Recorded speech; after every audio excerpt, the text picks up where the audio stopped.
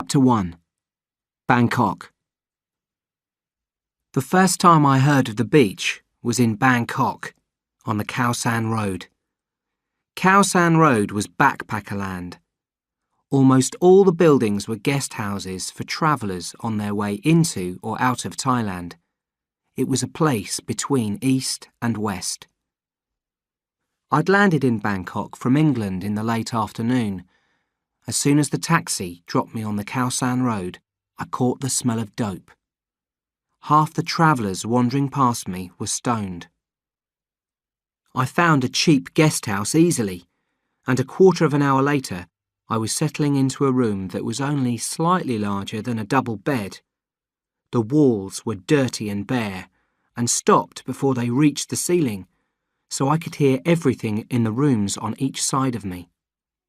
On the ceiling was a fan, and for a while I just lay on the bed and looked up at it.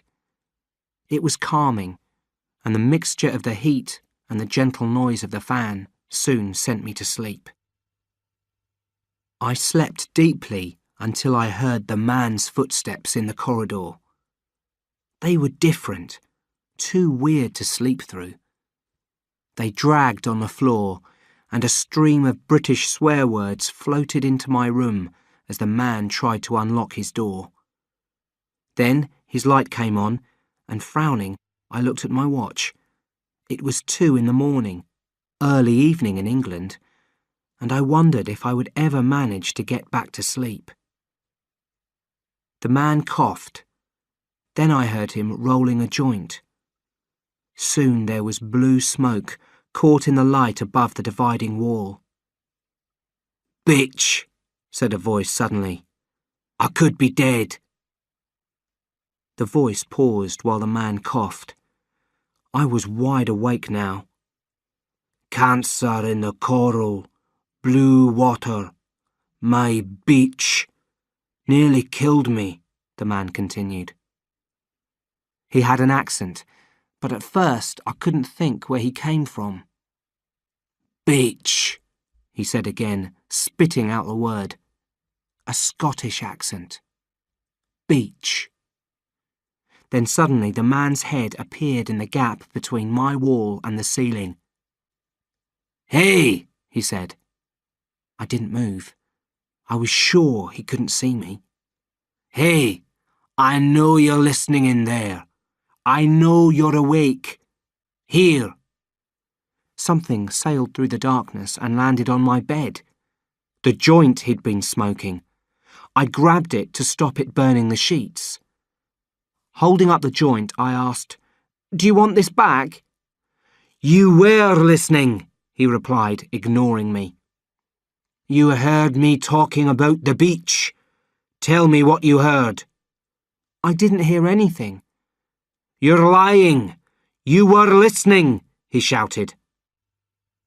I thought he was going to shout at me all night, but he suddenly seemed to change his mind, and his head disappeared. I heard him light another joint, and then he switched off his light. I hardly slept for the rest of the night, and went downstairs to the eating area early to get some breakfast. When I got back to my room, I found an envelope pinned to my door. On it was written, "Here is the map." A couple of minutes later, I was sitting on my bed with the ceiling fan cooling the back of my neck, and the map in my hands. It was carefully drawn and beautifully coloured in. At the top of the map were the words Gulf of Thailand in thick red ink. Below them were several small islands. On one of them I noticed a black mark, an X. I looked closer. Written underneath in tiny letters was the word beach. The man in the next room. He must have pinned the map on my door. I wasn't sure exactly what I was going to say to him. I was curious, that's all. I just wanted to know what was so special about this beach. His door was unlocked. I listened outside for a minute before knocking, and when I did, the door swung open. It was dark in the room, but there was just enough light for me to see. The man was lying on the bed, looking up at the ceiling. I think he'd cut his wrists. Or it could have been his neck. In the dark, with so much blood splashed about, it was hard to tell what he'd cut. But I knew he'd done the cutting. There was a knife in his hand. I stood still, staring at the body for a couple of minutes. Then I went to get help.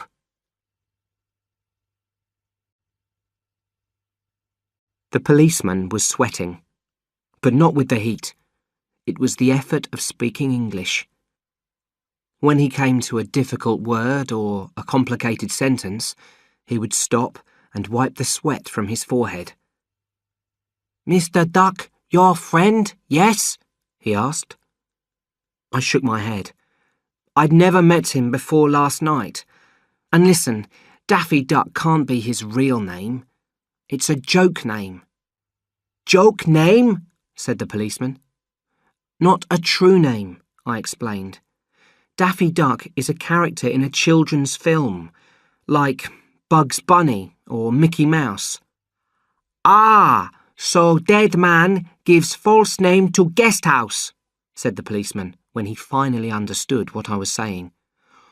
"Okay, last night, in hotel, tell me again." I didn't tell the policeman about the map. I didn't want to get involved in a police investigation and spoil my holiday. I don't think the policeman cared about the dead man much anyway, because after about 30 minutes, he let me go. As I left the police station, I saw a French boy who I'd met in the guest house at breakfast. He and his girlfriend, Françoise, had a room on the other side of the dead man's, and they'd been brought to the police station for questioning too. I sat down next to Etienne in the sun on the steps of the police station. The death was an unusual start to the day, and I needed to talk to someone about it. "Hi," I said. "Do you speak English?" "Hi. Yeah, sure. I speak English. You're the one who found the dead guy, aren't you?" "Yes, I found him this morning," I said, pulling my cigarettes out of my pocket. "Do you smoke?" "No, thanks. My name's Etienne, by the way." "I'm Richard," I said, and we shook hands. This is so weird. I only arrived in Thailand last night. I wanted to relax in Bangkok, if that's possible, and instead I found a dead man. "Well, we've been here for 4 weeks, but it's weird for us too."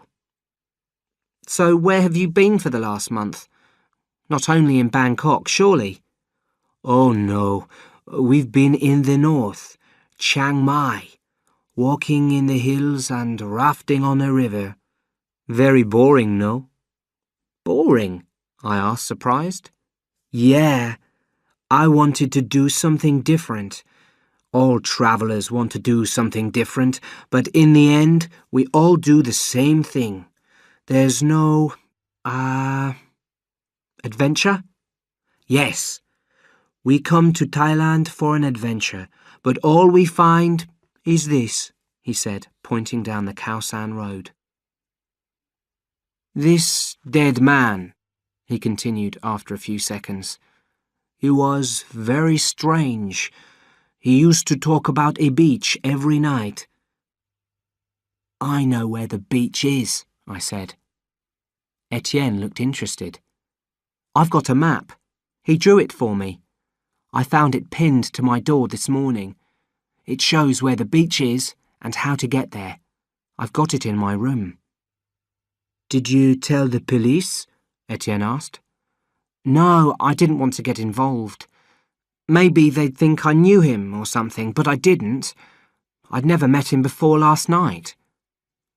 "A map," said Etienne quietly. "Cool. Can I see it?" "Yeah, sure. But what about your girlfriend? She's still with the police, isn't she?" "Françoise? Oh, she'll be all right. She knows the way back to the guest house." "OK then," I said. "Let's go." When we got back to my room, Etienne stared at the map for 5 minutes without speaking. Then he said, "Wait," and ran out of the room. He came back holding a guidebook. "There," he said, pointing to an open page. "These are the islands on the map. They're in a national marine park west of Koh Samui and Koh Phangan. All the islands are protected. Tourists aren't allowed to visit them. They can go to one, Koh Pelong, on a special guided tour from Koh Samui, but they can only stay 1 night, and they can't leave the island." "So Mr. Duck's beach is in a national park. How do people get there?" I asked. "They can't get there. That's the point." I leant back on my bed and lit a cigarette. "Well, Mr. Duck's map is rubbish then." Etienne shook his head. "No, not rubbish. Why do you think the man drew it so carefully and gave it to you?" "He was crazy. He called himself Daffy Duck," I laughed. "I don't think he was mad. Maybe travellers try to get to new islands in the national park because islands like Koh Samui and Koh Phangan are spoilt. Too many tourists." "But they aren't allowed in the national park," I said. Etienne raised his eyes to the ceiling. "Exactly. That's why they go there. You know, Richard, I'd like to find this beach." I smiled. "Really?" said Etienne. "Believe me." I did believe him. He had a look in his eyes that I recognised. He wanted an adventure.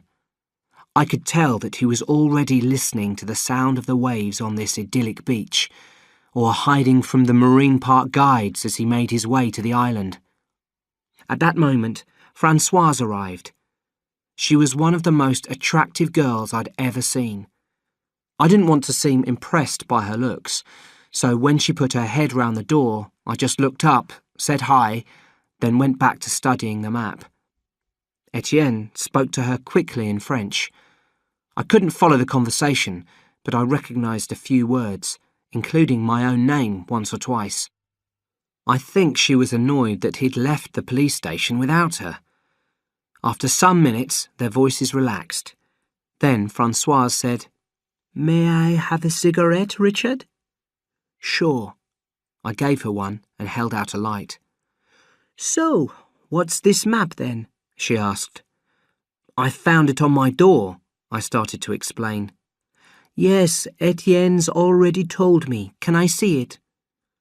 I passed the map to her, and Etienne pointed out the beach. "Just a short boat ride from Koh Pelong," he said. "How do we know what we'll find there?" Françoise asked. "We don't," I replied. "And if there's nothing there, how do we get back to Koh Samui?" "We get back to Koh Pelong," said Etienne. "Then we wait for a tourist boat. We say we were lost. It'll be fine." "I see. Okay. When are we leaving then?" I looked at Etienne, and he looked back at me.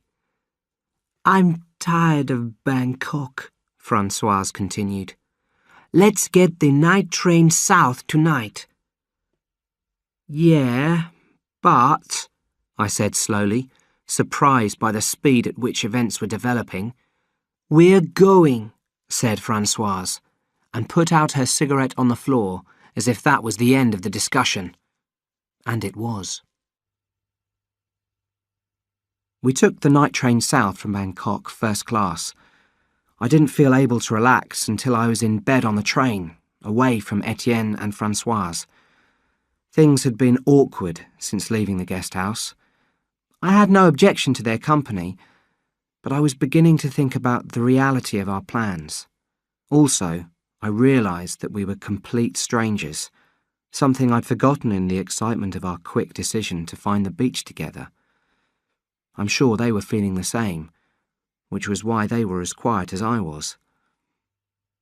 At Surat Thani, we got off the train and took a bus to Donsak. From there, we caught the Songserm ferry straight to Narton. That was how we got to the tourist island of Koh Samui. Chapter 2. Koh Samui. A bus from the Koh Samui port took us to the Chaweng Beach Resort. On the left, the sea lay blue between rows of coconut trees, and on the right, a jungle-covered slope rose steeply. The bus left us outside a decent-looking bunch of beach huts. Private showers, a bedside fan, and a restaurant that looked onto the sea. Our huts faced each other over a path lined with tropical flowers. First, I went for a swim. That way I could get clean and get a suntan. I ran down to the sea, partly because the sand was so hot, and partly because I always run into the sea. I'd been splashing around in the water for about 15 minutes when Etienne and Françoise came down to join me. Françoise looked lovely in a white swimsuit. I wondered if Etienne noticed her beauty, or whether he'd got used to it. "Will you come for a swim?" she asked. "I am swimming, aren't I?" "No," said Etienne, pointing to the open sea. "She means a real swim, out there." We played a game as we swam out. Every 10 metres, we would each dive to the bottom of the sea and return with a handful of sand. I found the game strangely unpleasant.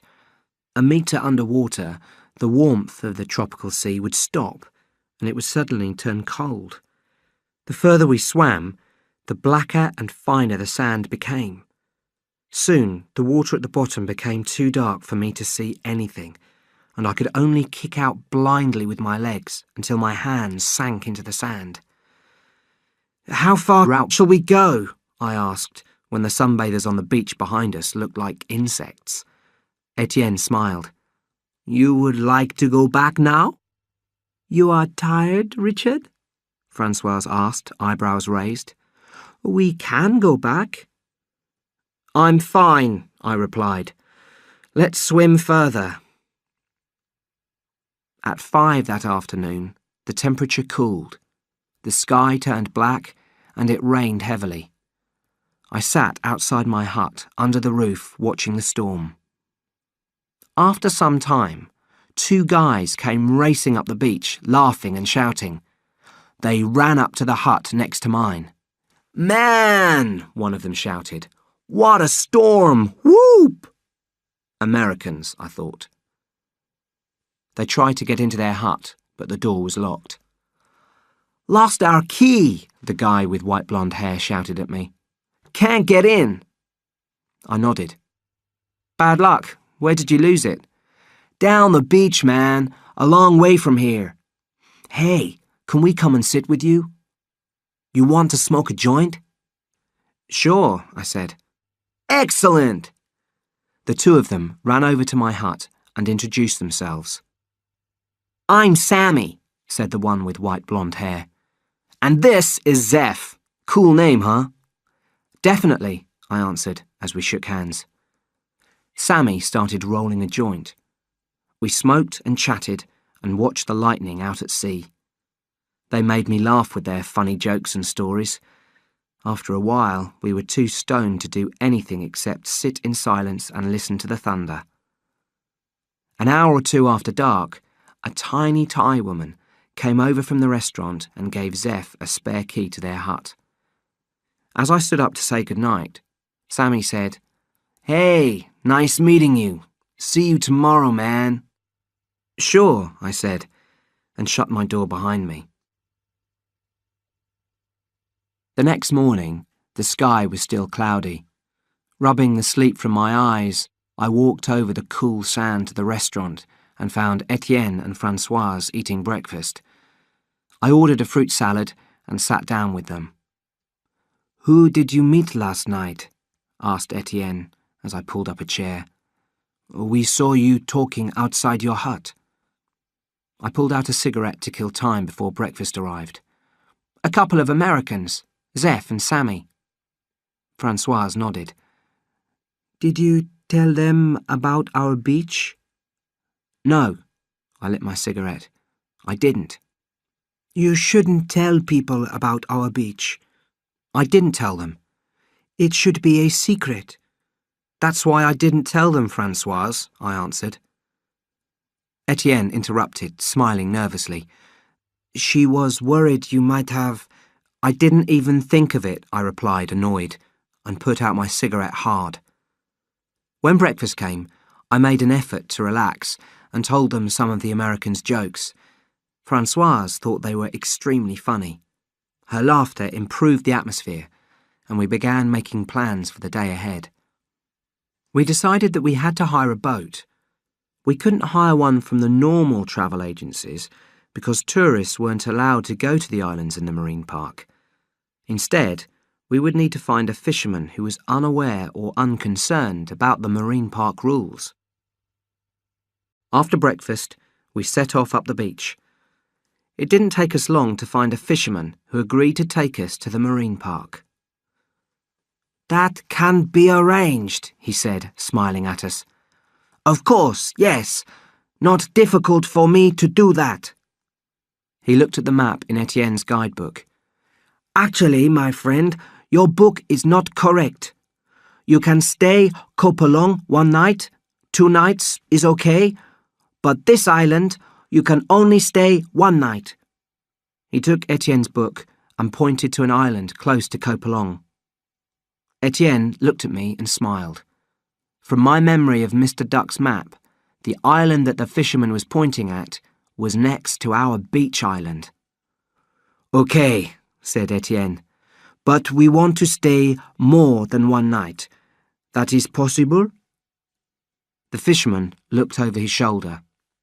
"Yes," he whispered, "but it's more money. You understand?" Etienne and the fisherman eventually agreed a price for the boat ride, and we arranged to meet him at 6 the next morning in the restaurant. He would take us to the island next to our beach island, and 3 nights later he would collect us and bring us back to Koh Samui. That left us with a couple of problems. How were we going to get to our beach island? And if we did manage to get there, we would be missing when the fisherman came to collect us. Etienne and Francoise seemed much less concerned about these problems than I was. They had a simple solution to the first problem.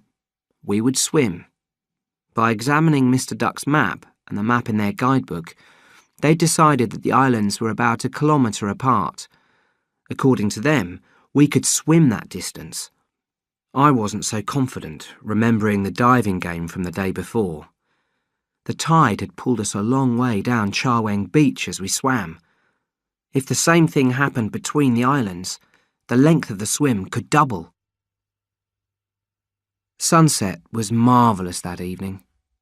Etienne, Francoise and I were lying on the beach watching the red sky gently fading to deep blue when Zeph and Sammy came over to join us. We all got stoned together and went on watching the changing colours in the sky as if we were watching television. "Hey," Zeph said, waking us from our dreams. "Have you heard the story about the beach?" I shook my head. "An amazing beach hidden somewhere, but no one knows where it is." "No," I said, "we haven't. Tell us." "Okay," said Zeph, and lay back on the sand. "Close your eyes and think about a lagoon, hidden from the sea and passing boats by a high, curving wall of rock. Then imagine idyllic white sands and coral gardens, waterfalls surrounded by thick jungle, plants untouched for 1,000 years, strangely coloured birds and monkeys in the trees. On the white sands, fishing in the coral gardens, is a select group of travellers. They leave if they want to. They return. The beach never changes." "Select?" I asked quietly, as if talking through a dream. Zeph's vision was magical. "Special," he replied. "Only a few lucky travellers know where this beach is." It's paradise, Sammy whispered. Paradise, Zeph agreed, is what it sounds like. Francoise suddenly stood up. She was very worried that Zeph and Sammy knew about the beach. Now, she said, dusting sand off her legs, we leave early tomorrow morning for Copagnan, so I think we shall eat and go to bed now. Etienne, Richard, come. Huh? I said. Francoise, it's only 7:30 in the evening. We leave early in the morning, she repeated. Good night, Sammy and Zeph. It was very nice meeting you. And really, your beach, what a silly story, she laughed loudly. We said goodbye to Sammy and Zeph, and all shook hands awkwardly. Then Etienne and I followed Francoise. The atmosphere at dinner was very tense, but Francoise knew she'd behaved foolishly. When we said goodnight, she apologised. I don't know why, but I was suddenly frightened they would want to come with us, she explained. I only want it to be us. Do you think they have realised we know about the beach? Hard to say, I answered. Everyone was stoned. Etienne nodded. Yes, he said, and put his arm around Francoise's shoulder. Everyone was stoned. We should not worry. It took me a long time to get to sleep that night. It wasn't just because I was anxious about what might happen tomorrow. I was also troubled by the hurried way I'd said goodbye to Zeph and Sammy. I'd enjoyed their company, and our parting had been too quick and awkward, too confused by dope and secrets. I felt there was something I'd left unsaid. In the cool early morning, I got up and quickly drew Zeph and Sammy a map. There wasn't time to draw it as carefully as Mr. Duck had. The islands were rough circles, and there were only 3 labels: Koh Samui, Koh Pulong, and Paradise. At the bottom of the page I wrote, Wait on Cha Weng for 3 days. If we haven't come back by then, it means we made it to the beach. See you there, Richard. I crept outside and slipped the map under Zeph and Sammy's door. Then I got my backpack, locked my hut, and went to the restaurant to wait for Etienne and Francoise. Chapter 3. Journey to Paradise. The morning sun played tricks in the sea. Gold shapes like fish spun beneath the surface. Sitting in the fisherman's yellow and white motorboat on our way to the island, I reached down and put my hand in the water. The fish swam in and out of my fingers. I looked back at Koh Samui. Strangely, it seemed far behind us, but the island we were going to still appeared as distant as it had an hour ago. I didn't move again until the water turned blue, and I saw a coral bed beneath the boat. The fisherman turned off the engine. Now you pay, he said, as we slid towards the shore of the island. A few minutes later, I sat on the beach and watched the fisherman's boat slowly disappear into the distance, on its way back to Koh Samui. A few meters away, Etienne was studying the map. He was trying to work out which of the several islands near us was our beach island, the one we had to swim to. He didn't need my help, so I called to him that I was going to take a walk. I'd never been on a real desert island before, a deserted desert island, and I felt I ought to explore. Don't be long, Etienne said. We should leave after lunch. We should not spend the night here. I started walking along the coast, looking for a place to turn inland. I eventually found some shady trees on the edge of a forest and sat down to smoke a cigarette. Thinking about Thailand often makes me angry, and until I started writing this book, I tried not to do it. I preferred it to stay hidden in the back of my mind. But I did think about Thailand sometimes, usually late at night. At those times, I made an effort to remember sitting under those trees, smoking my cigarette. I chose this moment because it was the last time I could remember being me, normal, nothing much going through my head apart from how pretty the island was and how quiet. It's hard to explain. I've been relying on an idea that these things would become clear to me as I wrote them down. It doesn't seem to be happening. When I got back to the beach, I found Etienne making lunch. I looked around. "Where's Françoise?" I asked. "She went to see how far it is to our island." When she came back, Françoise said our island was 1 kilometre away. To me, it just looked like a long swim. "Are you sure we can do this?" I said, more to myself than anyone else. "We can," said Françoise. "We can try," Etienne corrected her.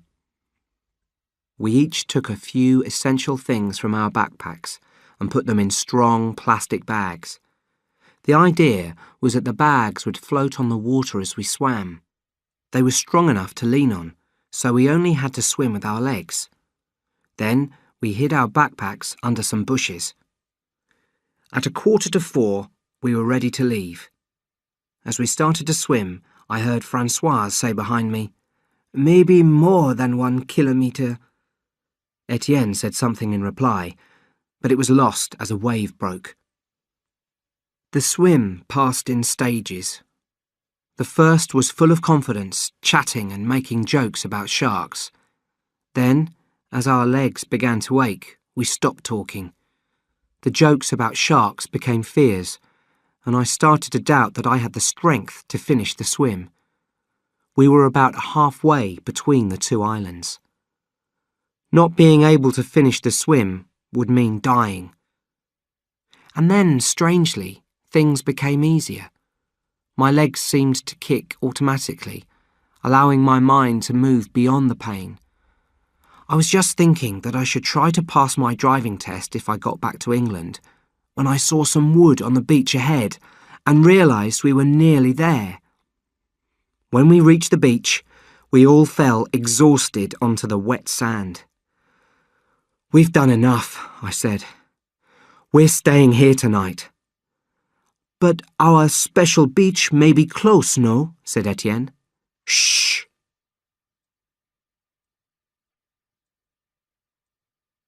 We set off immediately after breakfast. According to Mr. Duck's map, the beach we were looking for was on the other side of the island. At first, we walked along the coast, but the sand soon turned to sharp rocks. We realised we would have to go inland and find our way through the jungle. The first 200 or 300 metres from the shore were the hardest. The spaces between the trees were covered with strange bushes with small leaves that sliced our legs like razors. But as we got further inland and the ground began to rise, there were fewer plants on the forest floor, and we found animal tracks that we could follow. After 2 hours of walking, we found ourselves at the bottom of a particularly steep slope. Etienne was the first to reach the top. "Hurry up!" he called enthusiastically. "It is amazing!" I climbed to the top next, leaving Françoise far behind. The slope led up to a shelf the size of a football pitch on the mountainside, so flat and neat that it seemed unnatural compared to the surrounding jungle. Etienne was ahead of me, standing in some bushy plants that looked familiar. "Cool," I said. "Dope!" Etienne grinned. "Have you ever seen so much?" "Never." I pulled a few leaves from the nearest bush. "We should pick some, Richard. We can dry it in the sun and—" Then he stopped. "Wait a moment. There is something funny here." "What?" "Well, it is just so... These plants." His face turned white. "This is a field." I froze. "But it can't be a field. I mean, these islands are... The plants are in rows." We stared at each other. We are in deep trouble. Just then, Francoise appeared, calling out to us. "Hey, I've seen some people further up the mountain. They are coming this way. Maybe they are from our beach, no?" I ran towards her. "Shut up," I said, putting my hand over her mouth. "This is a dope field. Do you understand?" Lying flat on the earth, looking through the leaves, we listened to the Thai voices getting closer and waited for people to appear. A man stepped into the field. He was young, maybe 20. His chest was bare, and we could see his strong muscles. He wore military trousers and held a gun in his hand. A second man appeared, also with a gun.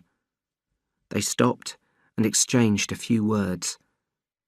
Then another man came out from the jungle, and they set off again, down the slope we just climbed up.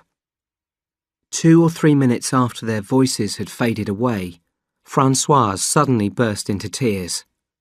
Then Etienne started crying too. I watched the two of them blankly.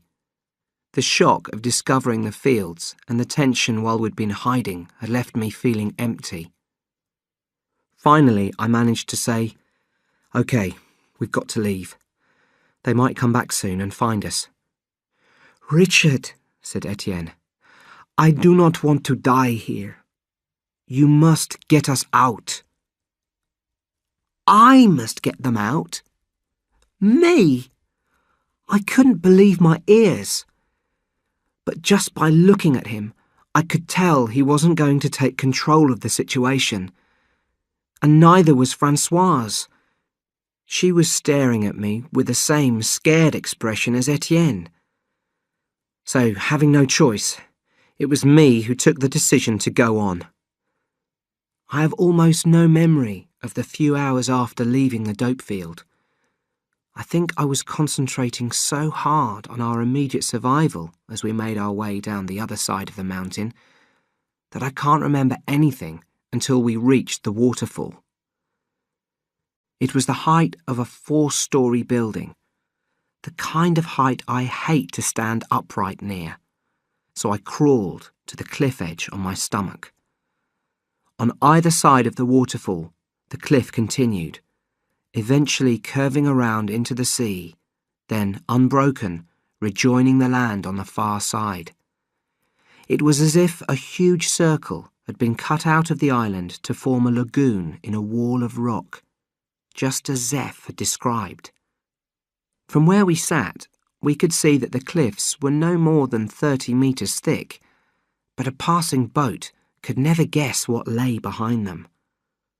The water in the lagoon was presumably supplied by underwater caves and channels. The waterfall dropped into a pool from which a quick-flowing stream ran into the trees. Getting down into the pool was the problem. "I think we've definitely found the right place," I said to Etienne and Francoise as I crawled back from the cliff edge. "It's where Mr. Duck's map says it is, and it fits Zeph's description perfectly." "Richard, there must be a way down, no?" said Francoise. "If people go to the beach, there must be a way." "If people go to the beach," I echoed. We hadn't seen any sign that people were down there. The beach looked beautiful, but completely deserted. "Maybe we can jump from the waterfall," said Etienne. I thought for a moment. "Possibly," I replied. I crawled back to the cliff edge and looked down at the pool. I stood up cautiously. "Okay," I whispered to myself. "Are you jumping?" called Etienne nervously. "Just taking a better look," I called back. "So jump," I heard my voice say. I paused, wondering if I'd heard myself correctly, and then I did. I jumped. Everything happened as things are supposed to happen while one falls. I had time to think. Stupid things flashed through my head, like how my cat slipped off the kitchen table once and landed on its head. Then I hit the pool. It was so deep, I never even touched the bottom. "Ha!" I shouted, not caring who might hear. "I'm alive!" I looked up and saw Etienne and Francoise's heads looking over the cliff. "You are okay?" called Etienne. "I'm fine! I'm brilliant! Throw down the plastic bags!" I sat on the grass and waited for Etienne and Francoise to jump. The man appeared just as I was lighting a cigarette. He walked out of the trees a few meters away from me. His skin was deeply sunburnt, and he was wearing nothing except a pair of old blue shorts and a necklace made of seashells. He had a full beard, which made it hard to tell his age, but I didn't think he was much older than me. "Hey," he said with his head on one side. "You did the jump quickly for a newcomer." His accent was English. "It took me over an hour, but I was alone, so it was harder." Over the sound of the waterfall, Etienne's voice called to me, saying he was going to jump. He wouldn't have been able to see the man. I didn't bother to answer him. When Etienne and Francoise had both jumped, we followed the man through the trees. We didn't talk much as we walked. The only thing he would tell us was his name, Jed. He wouldn't answer the rest of our questions. "Easier to talk at the camp," he explained. "We've got as many questions for you as you've got for us." At first glance, the camp was like I'd imagined it might be. There was a large, dusty clearing surrounded by trees, with some huts and a few tents. At the far end was a larger building, a longhouse, and beside it the stream from the waterfall reappeared. I only noticed after looking at all this that there was something strange about the light. It was more like dusk than midday. I looked up, following the trunk of one of the huge trees. The lower branches had been cut away, but higher up the branches began to grow again, curving upwards over the clearing until they joined with the branches from the other side. They had formed a ceiling of wood and leaves over the clearing. "We don't want to be seen from the air," Jed explained. "Planes sometimes fly over. Not often, but sometimes." He pointed upwards. "Originally, the branches were tied together with ropes, but now they just grow that way. Clever, huh?" "Amazing," I agreed. I was so busy looking up that I didn't even notice that people had begun to come out of the longhouse and were walking across the clearing towards us. 3 people, to be exact. 2 women and a man. "Sal, Cassie, and Bugs," said one of the women in an American accent as they reached us. "I'm Sal, but don't try to remember our names." She smiled warmly. "You'll only get confused when you meet the others, and you'll learn them all eventually." I'm not likely to forget a name like Bugs, I thought to myself, managing not to laugh. I frowned and put a hand up to my forehead. Since jumping off the waterfall, my head had been feeling increasingly light. Now it had started to feel like it might float off my shoulders. Francoise stepped up to the woman and said, "Francoise, Etienne, and Richard." "You're French. Lovely. We've only got one other French person here." "Richard is English," Francoise said, pointing at me, and I tried to nod politely. "Lovely," said the woman again, watching me curiously out of the corner of her eye. "Well, I know you're all hungry, so let's get you some food." She turned to the man. "Bugs, can you make some soup? Then we can all have a long chat and get to know each other. Does that sound good?" "It sounds great, Sal," I said loudly. "You know, you're quite right. I do feel hungry. We've only eaten—" Jed ran to catch me as I fainted, but too late. As I fell backwards, The last thing I saw was a tiny bit of blue sky through the leafy ceiling. Then darkness rushed in.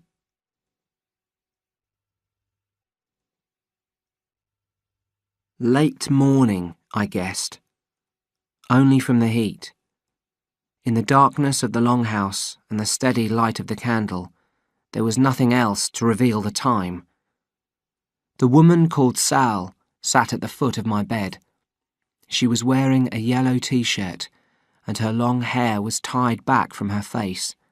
Around her neck was a necklace of seashells. "Finish it, Richard," she said, looking at the bowl of fish soup that I held in my hands. I lifted the bowl to my mouth, then put it down again. "I can't, Sal." "You must, Richard. You've had a bad fever." "I've finished most of it. Look." I held up the bowl. "Okay," she said, then folded her arms. "Richard, we need to talk." We were alone in the longhouse. Occasionally I heard people enter and leave, but I couldn't see them. As I spoke, Sal didn't interrupt me, frown, smile, or nod. She just sat on the floor and listened. Soon I found myself talking to her as if she were a tape recorder or a priest. I told her everything that had happened since I arrived in Bangkok. When I told her about finding Mr. Duck's body, she looked sad. The only thing I didn't mention was that I'd given 2 other people directions to the island. I knew I should tell her about Zeph and Sammy, but I also thought she might be angry if she knew I'd spread the secret. Better to wait until I knew more about the camp and the other people who lived here. At the end of my story, she smiled. "Well, Richard, it sounds like you had quite an adventure getting here." I waited for her to continue, but she didn't. Now can I ask you some questions, Sal?" I said quickly. "I have some things to do, Richard," she said, standing up. "Just a few questions." She sat down again. "Okay, 5 minutes. Well, first, I'd just like to know something about this place. I mean, what is it?" "It's a beach resort, a place to come for vacations." I frowned. A beach resort? I felt so disappointed. I was a traveller, not a tourist. "What did you think this place was?" asked Sal. "I don't know. I didn't think anything, really. But I certainly didn't think it was just a beach resort." Sal waved a hand in the air. "Well, okay, Richard. Of course this is more than a beach resort. We come here to relax by a beautiful beach, but it isn't a beach resort because we're trying to get away from those sorts of places. Or we're trying to make a place that won't turn into one. See?" "No." "You will see, Richard. It's not complicated." "How about the gunmen in the dope fields?" I asked. "Are they anything to do with you?" Sal shook her head. "I have a feeling the fields are owned by ex-fishermen from Koh Samui, but I could be wrong. They came to that half of the island a couple of years ago. We can't go there now." "But they know you're here." "Of course, but there isn't much they can do. They can't report us. If the Marine Park authorities came to look for us, they'd find them too." "One more question," I said, as she stood up to go. "The man in Bangkok, Mr. Duck, you knew him?" "Yes," she said quietly, then began walking away. "He was a friend." "But, okay, just one more question. Where's the toilet?" "Outside, second hut along by the edge of the camp," she said, as she left the longhouse. When I went outside, I counted 9 tents in the clearing and 5 huts, not including the longhouse. The tents were only used for sleeping, but the huts all seemed to have different uses. Apart from the toilet, there was a kitchen and a washing area, The other huts were used for storing things. One contained carpentry tools and another some boxes of tinned food. As I wandered around the clearing, I found it strange that the camp was so deserted. Where was everybody? Where were my friends, Etienne and Françoise? I began to feel a little lonely and sorry for myself, so I decided to get out of the clearing and try to find them. By good luck, the path I chose led directly to the beach. I'd walked a few hundred metres when I noticed some people splashing around in the sea near one of the large rocks. At last I'd found someone. As I got nearer, I saw that there were 6 swimmers fishing with spears. They seemed to be catching a lot of fish. When they came out of the water onto the beach, none of the group noticed me. I had to stand there for a few moments, waiting for one of them to look up. Etienne finally saw me. "Richard, you are better!" He raced over to me. "Everybody, this is our friend who was ill." "Hi, Richard," the swimmers said. I was introduced to all of them. Moshe, a tall Israeli guy with a loud laugh. 2 Yugoslav girls whose names I could never pronounce and certainly never spell. And then Gregorio, who I liked at once. He had a kind face and a soft Latin accent. As we walked back along the beach, Etienne told me about what I'd missed while I'd had a fever. Then Gregorio came up to me. "You feel a bit strange with all these new people?" "Oh, yeah, a bit. These first days are difficult, of course, but do not worry. You will find friends quickly, Richard."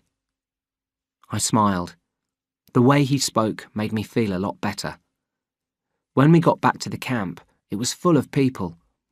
A fat guy was busy preparing fish outside the kitchen hut. Beside him, a girl blew on a wood fire. Most of the people were just walking around the clearing, chatting. Gregorio was right.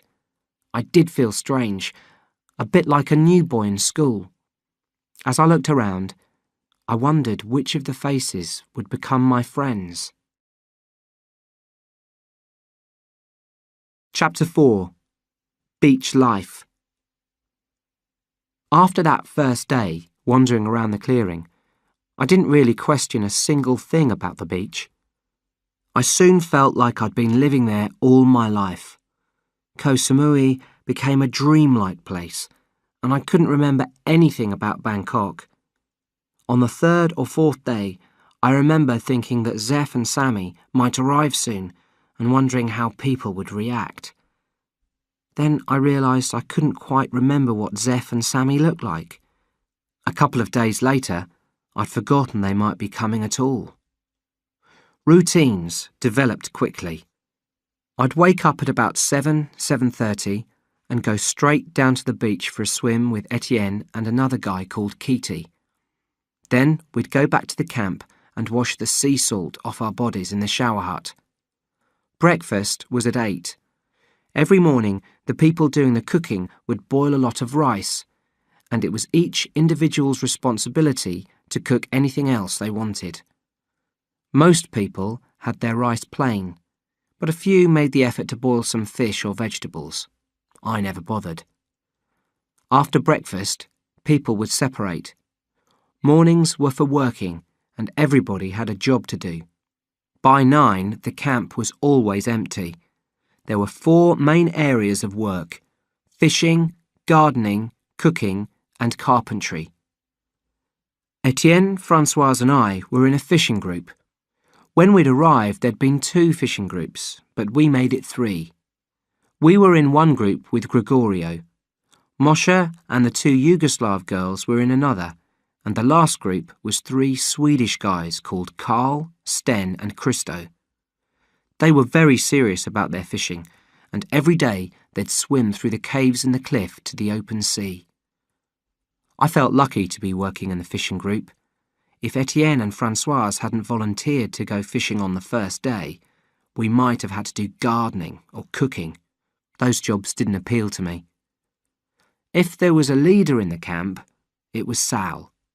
When she talked, people listened. She spent her days walking around, checking that people were working properly. At first, she spent a lot of time making sure we were settling in okay. After the first week, she seemed satisfied, and we rarely saw her during the work period. The only person who didn't have a clear job was Jed.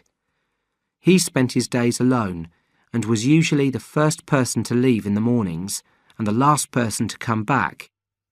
Keaty said that Jed spent a lot of time near the waterfall and above the cliffs. Sometimes he would disappear and spend the night somewhere on the island. When he came back, he usually had some fresh dope, obviously taken from the dope fields. At about 2:30, people would start coming back to camp. The cooks and fishers would always be first so they could start preparing the fish. Then the gardeners would arrive with their vegetables and fruit, and by 3, the clearing would be full again. Breakfast and dinner were the only meals of the day. Dinner was at 4 o'clock, and people usually went to bed about 9. There wasn't much to do after dark, apart from getting stoned. Nighttime campfires weren't allowed because low planes could see them, even through the leafy ceiling. Except for the people with tents, everybody slept in the longhouse. It took me a while to get used to sleeping with 21 other people, but soon I started enjoying it. There was a strong sense of closeness in the longhouse. Often, just as people were going to sleep, a voice from somewhere in the darkness would say, "Night, Frankie." Then there'd be a short pause while we waited for someone else to say, "Night, Sal," or Gregorio or Bugs, or anyone they felt like saying goodnight to. Then the named person would have to say goodnight to someone different, and it would go around the whole longhouse until everyone had been mentioned. No one's name was ever forgotten.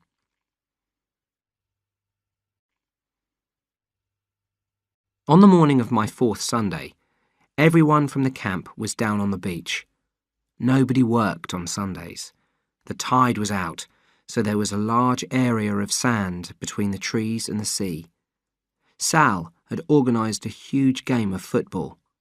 Nearly everyone was playing, but not me and Keaty. We were sitting on a rock chatting. After a while, I stood up. "Feel like a swim?" I asked. "Sure. We could swim over to the coral. I haven't seen it yet." I swam down to the seabed and sat on the sand. Then I rested some stones on my lap so I wouldn't float back up again. Through my mask, I could see the brightly coloured coral all around me in the hot tropical waters. I looked up and saw Keaty's legs above me. He was sitting on a rock and had attracted the attention of a little blue fish. It was mainly interested in biting his ankles. I rolled the stones off my lap and let myself float up to the surface. I pinched Keaty's ankle as I passed, using my fingernails like a row of teeth. "Ow! What did you do that for?" said Keaty. "There was this little fish," I laughed. "I thought it was a shark." "There are sharks here?" I asked in surprise. "Millions." He pointed out to the open sea. I pulled myself out of the water and sat next to Keaty on the rock. He started rolling a joint. "How long have you been here?" I said. 2 years. I met Sal in Chiang Mai and we got friendly. We travelled around Thailand a bit together. Then she told me about this place and brought me here." "Tell me about Mr. Duck, Daffy.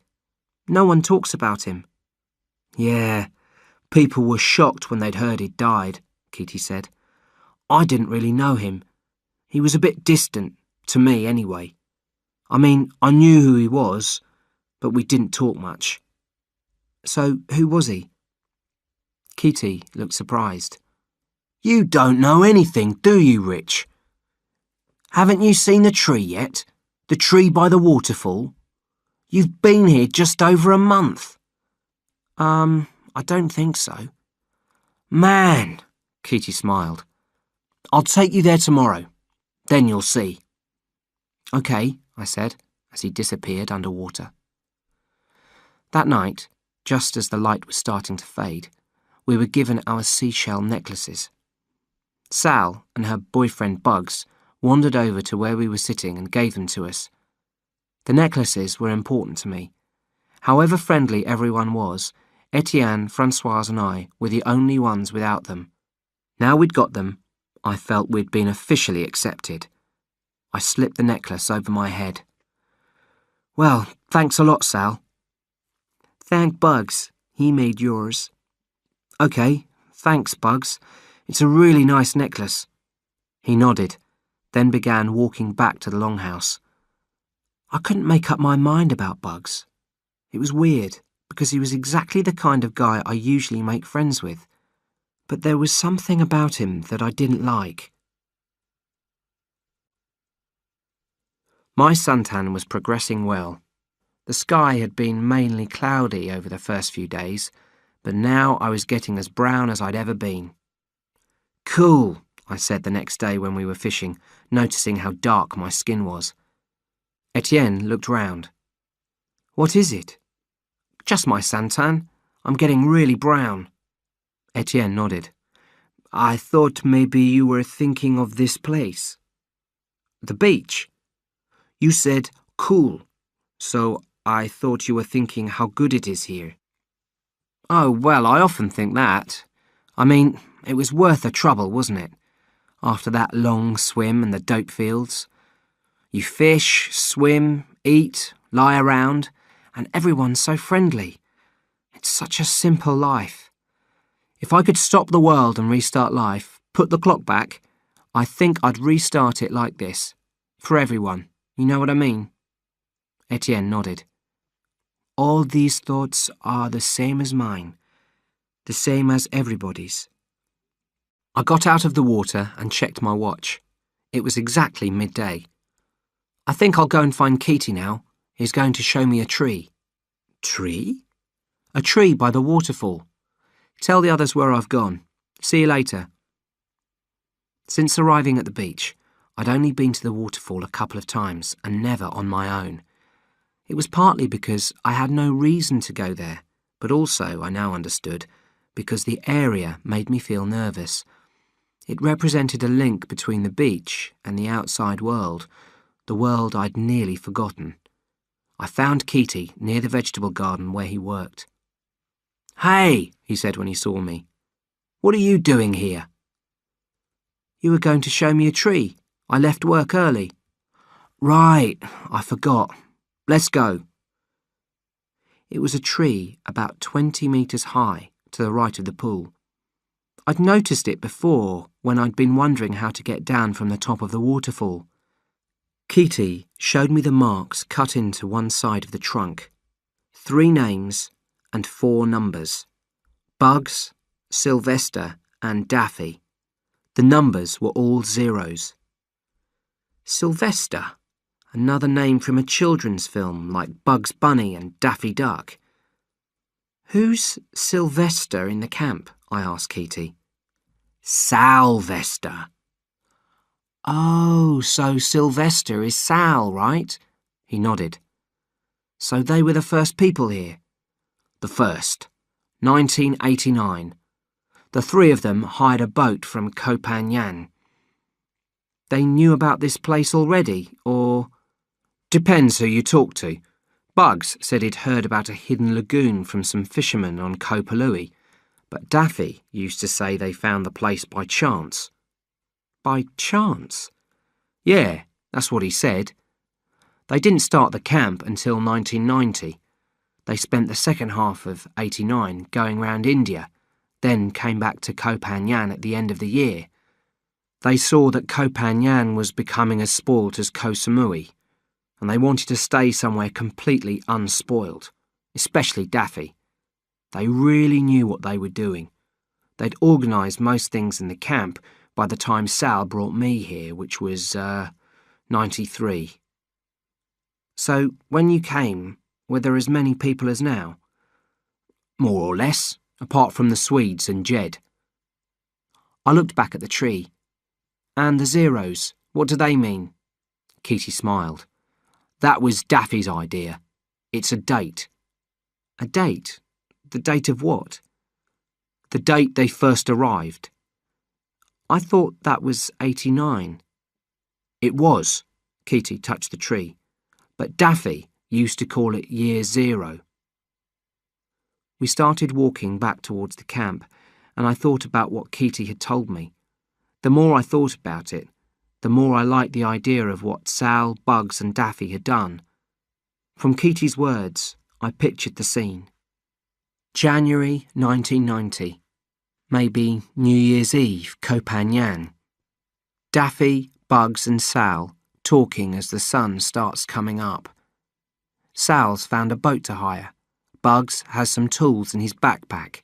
Daffy's got a sack of rice and perhaps some bars of chocolate. By 7 that morning, they're walking down the beach. They don't look back. They just get into their boat and sail for the hidden paradise they'd found a year before. I found myself wishing I could meet Mr. Duck again. I wanted to shake him by the hand. As we passed the kitchen hut, Kitty and I looked in to say hello to the guy who was the main cook.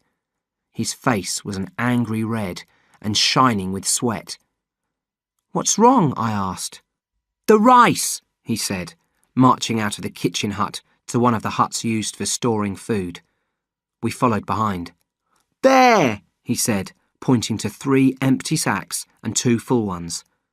"What's the problem?" said Kitty. The guy tore open the top of the nearest full sack and rice poured out, black and green, completely rotten. I covered my nose and mouth to block the terrible smell. "Oh, that's horrible!" The guy pointed up to the roof. "It leaked?" I asked.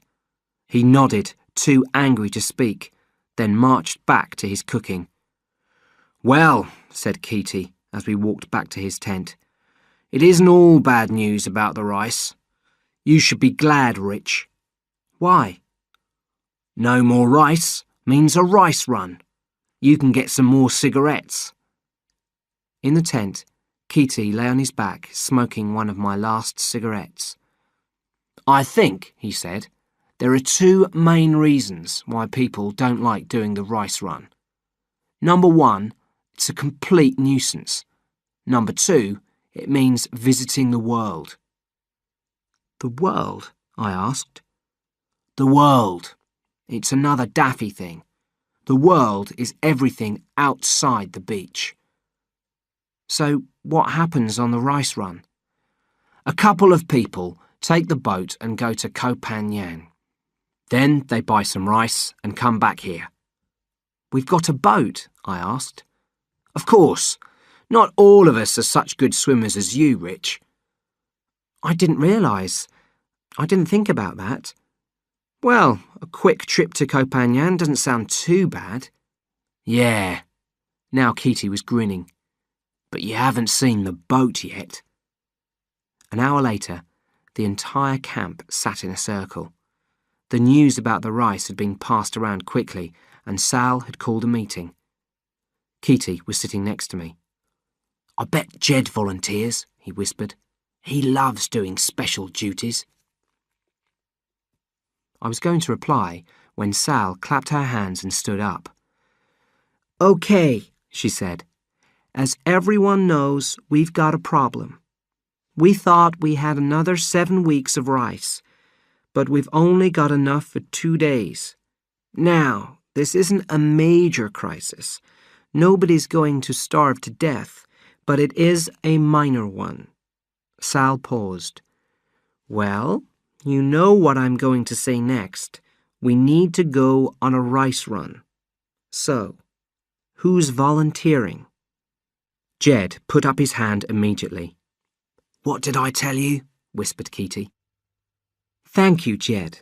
So, okay, that's 1. Who else?" Sal looked around. Most people were looking at the ground. "Come on, we all know Jed can't do it alone." Just as when I jumped from the waterfall, I only realised what I was doing after I'd started doing it. I put my hand up. Sal noticed, then glanced at Bugs. Out of the corner of my eye, I saw him nod. "Are you volunteering too, Richard?" "Yeah," I answered, still a little surprised to find that I was. I mean, yeah, I'm volunteering. Sal smiled. Good. That's decided then. You'll leave tomorrow morning. There wasn't much preparation to be done. All we needed was money and the clothes on our backs, and Sal produced the money. I spent the rest of the afternoon trying to explain to Kitty, Etienne and Françoise why I'd volunteered. I hope you are not bored with life here, Françoise said as we chatted outside the longhouse entrance. I laughed. No, I just thought it might be interesting. Anyway, I haven't seen Copenhagen yet. Good. It would be sad to be bored with paradise, no? If you are bored with paradise, what is left? Chapter 5. The Rice Run. Jed wouldn't let me wake Etienne and Françoise the next morning. They'd asked me to say goodbye before I left, but Jed shook his head and said, unnecessary. I thought his knife was unnecessary too. He got it out as we stood on the beach, preparing for the swim to the cliffs. A green-handled knife with a sharp blade. What's that for? I asked. It's just a tool, he replied. Then he grinned and added, frightening, huh? Before going into the water with the knife between his teeth.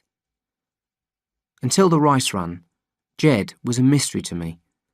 After the first day, when he'd met us at the waterfall, we'd had almost no contact with him. Sometimes I saw him in the evenings, never earlier because he returned to the camp so late. But we'd never really had a good conversation. Normally I make quick judgments about people, often completely wrong. But with Jed, I'd kept an open mind.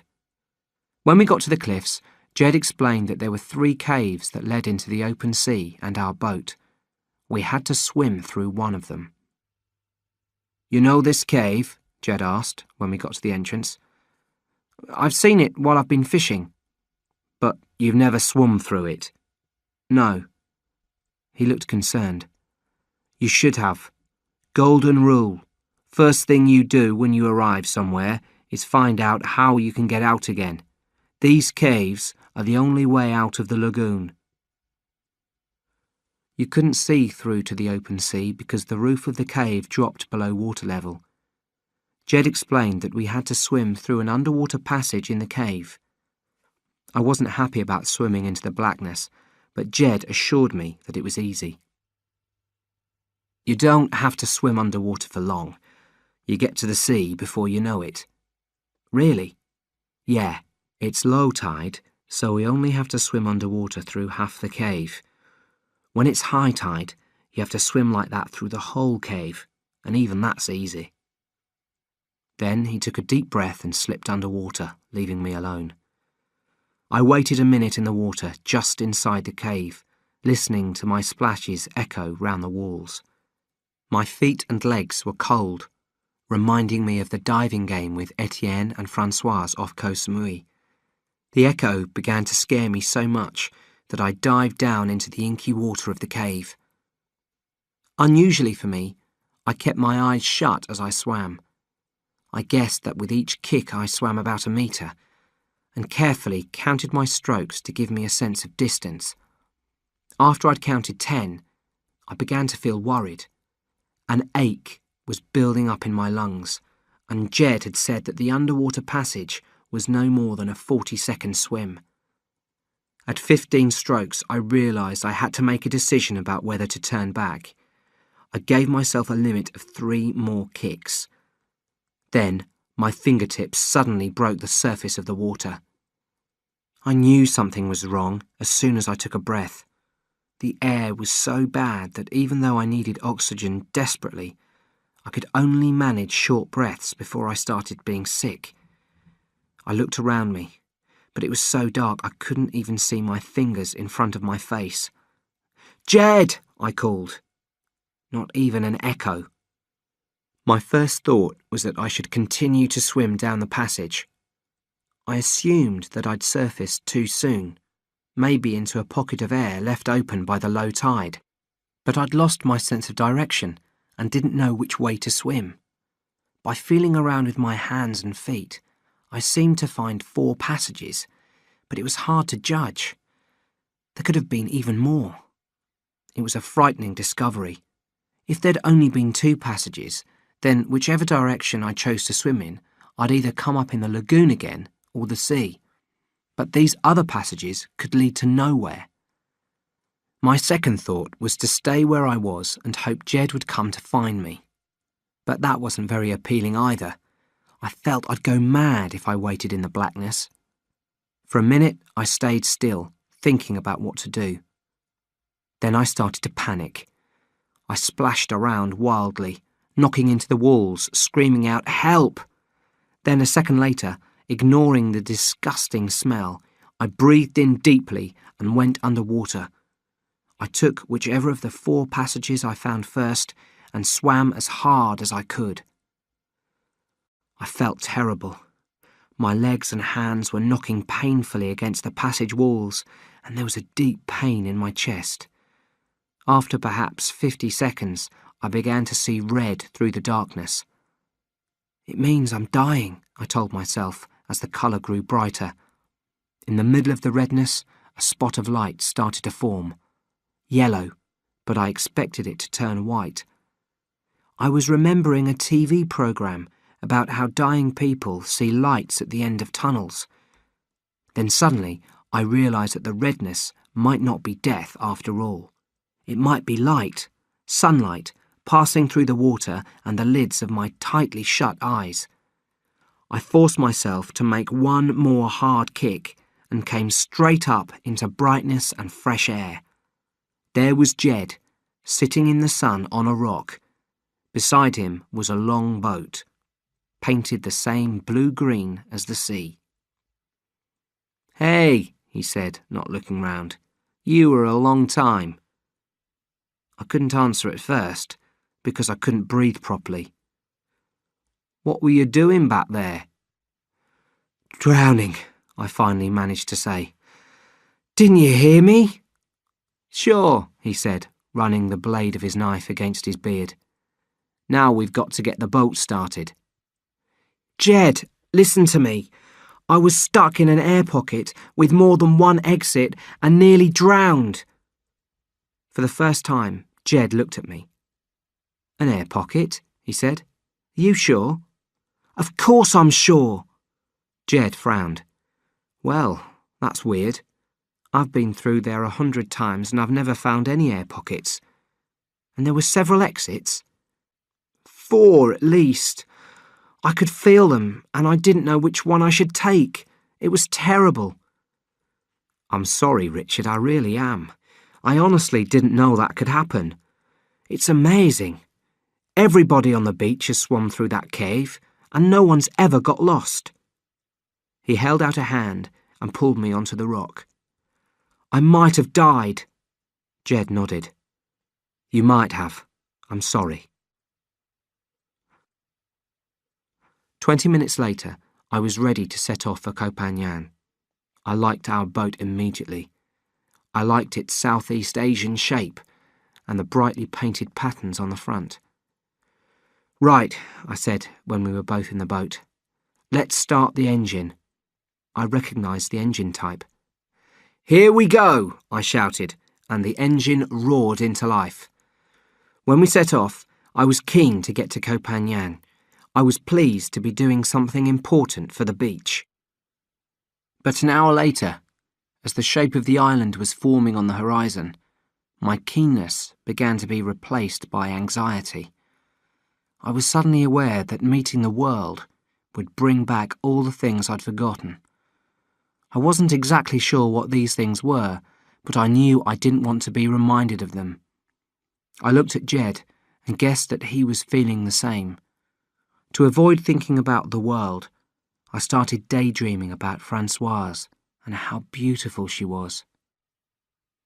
"West! More! Land!" I suddenly heard over the noise of the engine. I stopped dreaming and shouted out, "What?" "I'm going west. There's more open beach to land on. Fewer beach huts. I nodded in agreement. While I'd been thinking about Francoise, Copanyan had got much closer. I could now see the trunks and leaves of some coconut trees, and the midday shadows beneath them. The stretch of beach we landed on was empty, apart from a few old beach huts. We jumped out of the boat and dragged it up onto the beach. "Are we going to leave the boat here?" I asked. "No, we'll have to hide it." Jed pointed to the trees. "Maybe up there. Go and make sure the area is completely empty." "OK." Not far from where we'd landed, I found 2 trees with a bush between them. The bush would cover the boat completely, and the nearest beach huts were 50 metres away. "Here seems fine," I called to Jed. "Right, come and help me then." With the weight of the engine, the boat was very heavy. Eventually, we managed to get it between the trees and under the bush. We were both completely exhausted and looking forward to a drink and a big meal. An hour later, we were walking past rows of busy beach huts and sunbathers. I was surprised that people weren't taking more notice of us. Everyone looked so strange to me that I couldn't believe I didn't look equally strange to them. "Let's eat," said Jed, and we walked into the nearest cafe and sat down. Jed looked at the menu while I looked around me in amazement. Even the plastic chair I was sitting on was strangely uncomfortable. I couldn't work out the right way to sit on it. "How do you sit on these things?" I said. Jed looked up and laughed. "It's weird, isn't it? All this, after the camp." "Yeah, it certainly is." "What do you want to eat? I'm starving." I looked at the menu. "I think I'd like a couple of hamburgers." After we'd eaten, Jed gave me a choice. I could go with him to buy the rice, or I could stay on the beach and meet him later. He didn't really need my help, so I decided to stay. I had my own shopping to do anyway. I wanted to buy some more cigarettes and a few presents. I found a small shop and bought some razor blades for me, Etienne, Gregorio and Kitty, and a tube of toothpaste for Francoise. Then I bought several packets of sweets. I wanted to give everyone a present. And finally, I bought myself some cigarettes and a pair of shorts. I had a drink and decided to pass the time by walking along the beach. After a while, the heat made me feel tired, and I lay down in the shade for an afternoon sleep. The music started at 8, which was lucky, or I might have slept until midnight. I jumped up and ran down the beach to the cafe. It was now full of people, but I saw Jed immediately. He had a bottle of beer in his hands, and he was looking extremely annoyed. "Where have you been?" he said angrily, when I sat down beside him. "I've been waiting." "I'm sorry," I replied. "I fell asleep." He still looked very angry. "What's the matter? Didn't you get the rice?" "I got the rice, Richard. Don't worry about that." "What's wrong then?" "You tell me." "Tell you?" "About 2 Americans." "2 Americans?" Jed drank his beer. "2 Americans I heard talking about an idyllic beach in the marine park." "Oh, God!" "They know you, Richard. They used your name, and they've got a map." He squeezed his eyes shut like he was fighting to keep control of his temper. "A map, Richard. They were showing it to some Germans." I shook my head. I was feeling shocked. "I'd forgotten. Who are they?" "Jed, wait. You don't understand. I didn't tell them about the beach. They told me. They already knew about it." He put his beer bottle down on the table hard. "Who are they?" he shouted. "Zeph and Sammy. I met them on Koh Samui. They were just 2 guys in the hut next to mine. We spent some time together, and the evening before we were going to leave for Koh Pulong, they started talking about the beach." So you drew them a map? No, I didn't say a thing, Jed. None of us did. Then where did the map come from? The next morning, I drew it and pushed it under their door. I pulled out a cigarette and tried to light it. My hands trembled, and it took me 3 attempts. Why? I was worried. I didn't know if the beach really existed. I had to tell someone where we were going in case something went wrong. What could go wrong? I don't know. We didn't know anything. I just didn't want us disappearing with nobody knowing where we'd gone. Jed put his head in his hands. This could be bad. We could have disappeared into the marine park and no one would have... He nodded slowly. I understand that. We sat in silence for several minutes. Eventually, Jed said, These 2 Americans, do you think they'll try to come to our island? They might do, Jed.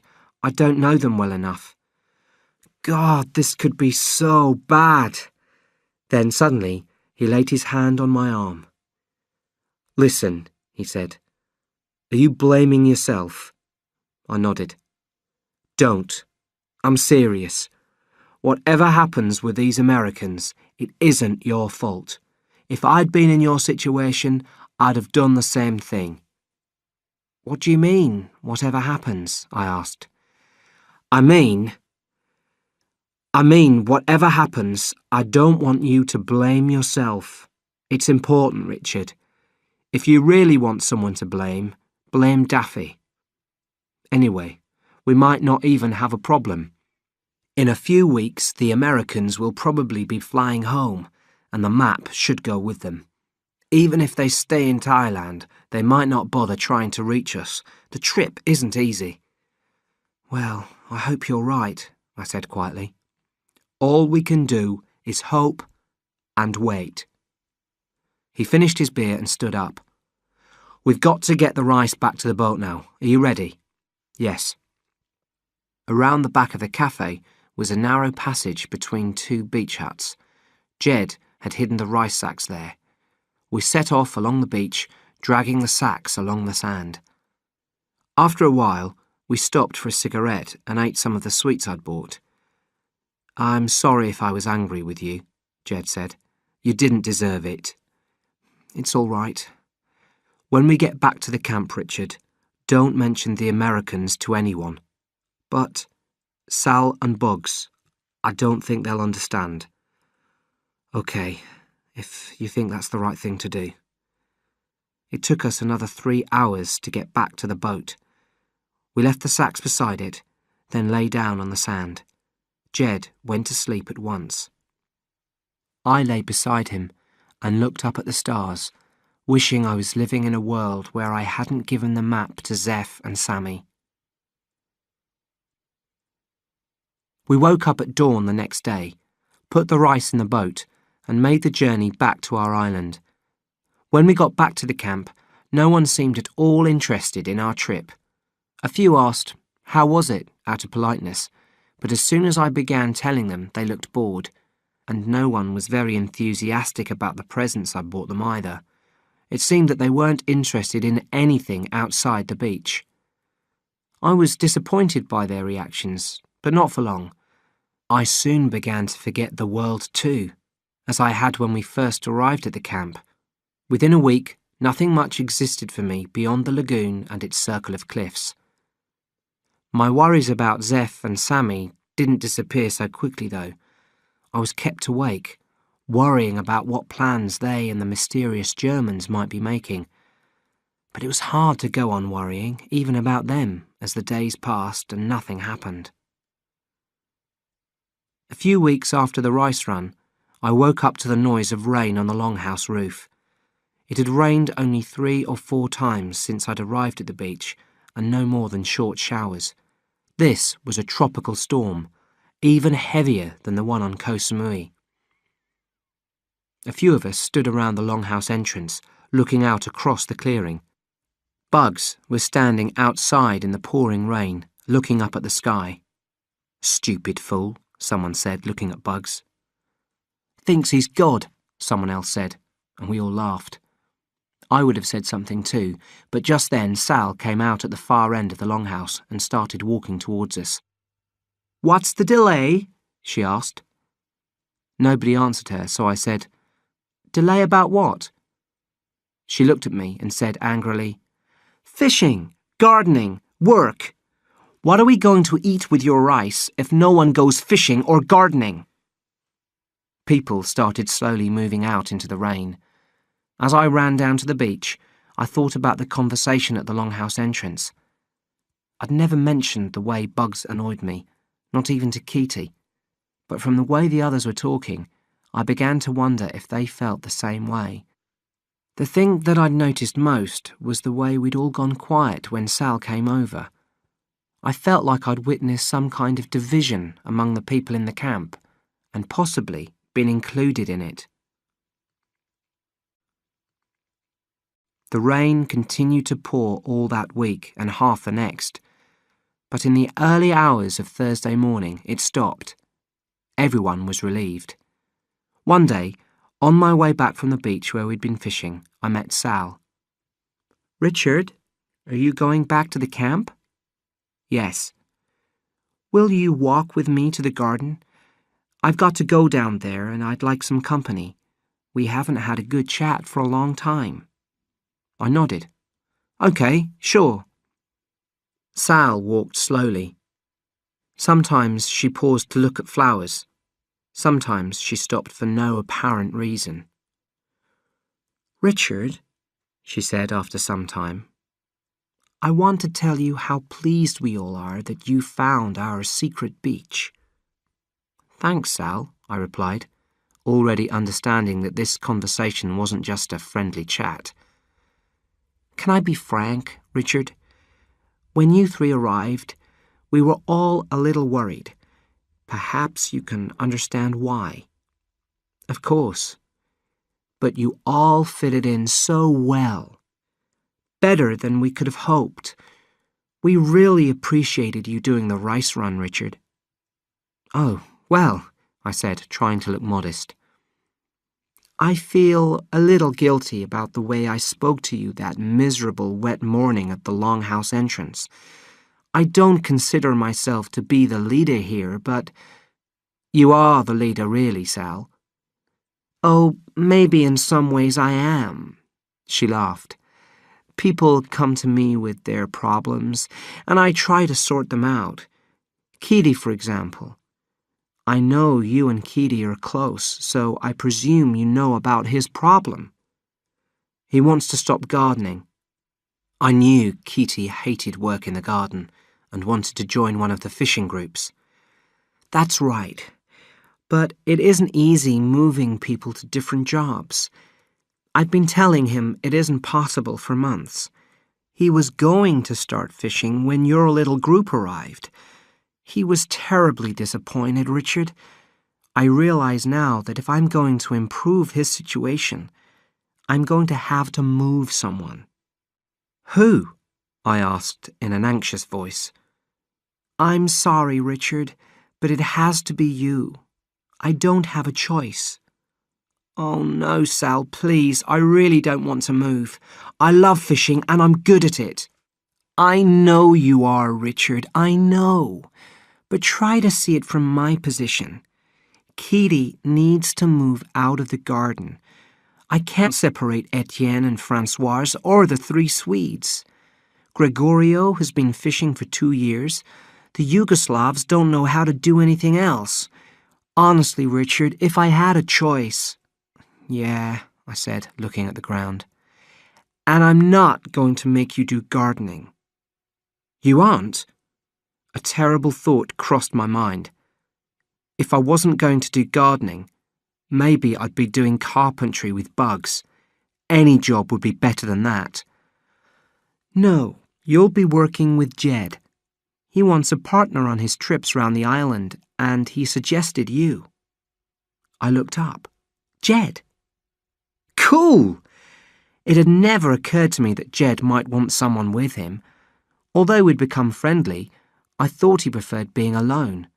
"I know," Sal continued, apparently reading my mind. I was surprised too. You must have made a good impression on the rice run. But what does Jed need help with? Doesn't he just steal dope? He does that, yes, but other things as well. He'll explain. I see. Sal smiled. Richard, I'm so glad we've sorted all this out. I've been worried about telling you for days. Now we can go and find Keaty. Would you like to give him the good news, or shall I? We walked to the garden together. When we got there, Keaty had already left for the camp, so I ran after him. I feel terrible about this, Richard, he said when I told him the news. I didn't want Sal to move you out of the fishing group. No, it isn't your fault. It's just bad luck. We walked in silence for a few moments. Then Keaty said, Do you know why Jed suddenly decided he needs help? I don't even know what he needs help with. We still don't know what he does in the jungle. When we got nearer the clearing, it seemed to me that people must have heard the news. They paused in their conversations and all turned, watching me with quiet and serious looks on their faces. There was a strange moment when I reached them. I felt like I'd already been isolated from them. It reminded me of the first morning after my fever, when I discovered that Etienne and Françoise had made friends while I'd been asleep. It took me over 2 hours to get to sleep that night. For the first time since arriving on the beach, I started thinking about home. Almost wishing I could return, in fact. Not to leave the beach permanently, just to contact a few important people and let them know I was still alive and okay. My family in particular, and a few of my friends. Chapter 6. Disaster Strikes. Jed's eyes were a little wider apart than mine, so I had to adjust the binoculars before I could see clearly. It took me several seconds to find the beach on the island next to ours, but then I saw the 5 familiar figures almost immediately. They were in the same place they'd been yesterday morning, and nearly every morning for the past 9 days, except for 4 days ago when the beach had been completely deserted. That had caused us a bit of concern until they reappeared from the trees a couple of hours later. They're still there, I said. What are they doing? Asked Jed. Just lying there. And you can count all 5? I paused. 5, yeah. They're all there. Good. Jed coughed quietly into his hand. We had to be careful about noise, so close to the dope fields. We couldn't smoke either, which didn't help my nerves. Good. My first day with Jed had started badly. I'd woken up in a terrible mood, still thinking about my family and friends in England. I was also rather depressed about not going fishing with the others. But as soon as he'd explained about the people he'd seen on the neighbouring island, I'd understood. Then I'd started panicking, saying, "This is the worst thing that could happen," again and again, while Jed waited patiently for me to calm down. It took some time, but eventually I stopped talking for long enough for him to speak, and he was able to explain the situation to me. The good news was that Sal didn't know that I'd given Zeph and Sammy the map of our island. After Jed had seen 5 people on the island next to ours, the island Etienne, Françoise and I had swum from to reach our beach island, he'd only told Sal that some strangers had arrived there. He didn't mention their connection with me. She thought that Jed had asked for a partner because he'd got tired of working alone. The other good news was that the people hadn't moved from the island. If they were aiming for our beach, they were obviously finding it difficult to reach us. However, we had to assume that they did want to get to our beach eventually. We also had to assume that 2 of them were Zeph and Sammy, and the other 3 were the Germans that Jed had seen on Koh Phangan when we did the rice run. We couldn't be sure about this because the people were too small to see clearly through Jed's binoculars, but it seemed likely. When Jed had told me the bad news, I'd spent the rest of that day in a state of shock, watching the 5 people through his binoculars. Every time one of them appeared to move, I was sure that they were going to start swimming towards us. But they didn't. In fact, they hardly moved from their patch of sand, occasionally going into the sea for a few minutes or disappearing into the jungle behind the beach for a couple of hours. After 3 or 4 similar days had passed, my initial level of panic faded and I just felt generally tense. With the tension, I was able to think more clearly. That was when I began to notice other things about my new job with Jed. The first was getting to know Jed more.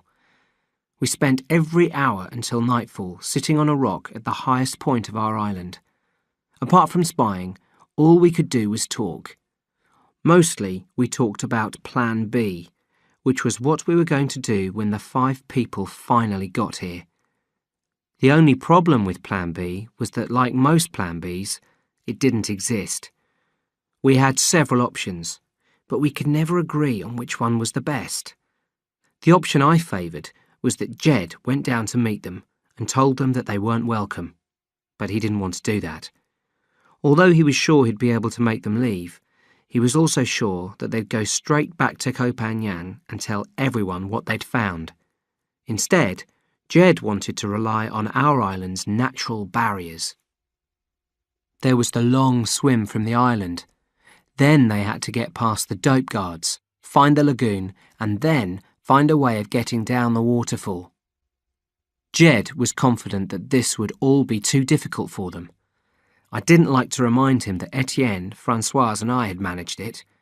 It was during one of our endless Plan B discussions that Jed told me about the main aim of his job: to look out for new people who were trying to find our beach. "Something's bothering me," I said, putting down the binoculars. Jed frowned. "What?" "I'm afraid they'll find our backpacks. We couldn't swim with them, so we hid them under some bushes.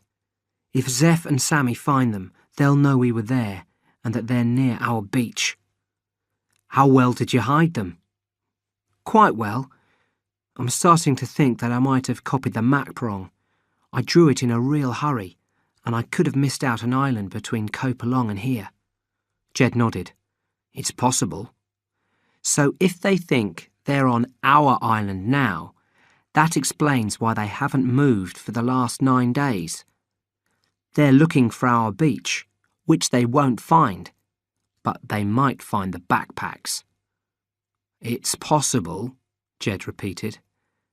"But they sit in the same place all day. It faces us, right? So they know this is the right island. They're sitting there and trying to work out how to reach us." We looked at each other briefly. Then I started staring through the binoculars again. Jed and I would stay on the rock until the sun set. Then we'd go back to the camp. We couldn't spy if it was too dark to see, and anyway, Jed said it wasn't safe to be outside the camp after nightfall. You didn't know what or who you might meet. Back at camp, Jed would go and talk to Sal, and I'd get some dinner. Then I'd go and look for Etienne, Françoise, and Kitty. Usually I'd find them near the kitchen hut, having a joint before bedtime. Lying to Sal about Zeph and Sammy and the map was easy, but I hated lying to my friends. However, I didn't have a choice. Until we knew whether Zeph and Sammy would manage to get to our beach, there was no sense in worrying everyone. I could only tell them that my new job involved looking out for people who might be trying to find our beach. "It's a good idea," said Kitty. "What will you do if you see someone coming?" "I'll tell you when it happens," I replied, laughing uncomfortably.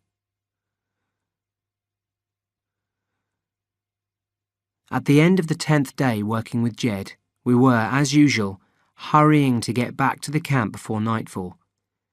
My plan was to eat some food quickly and then spend the rest of the evening with my friends. But when I got to the kitchen hut, all I found was a cold pile of boiled rice.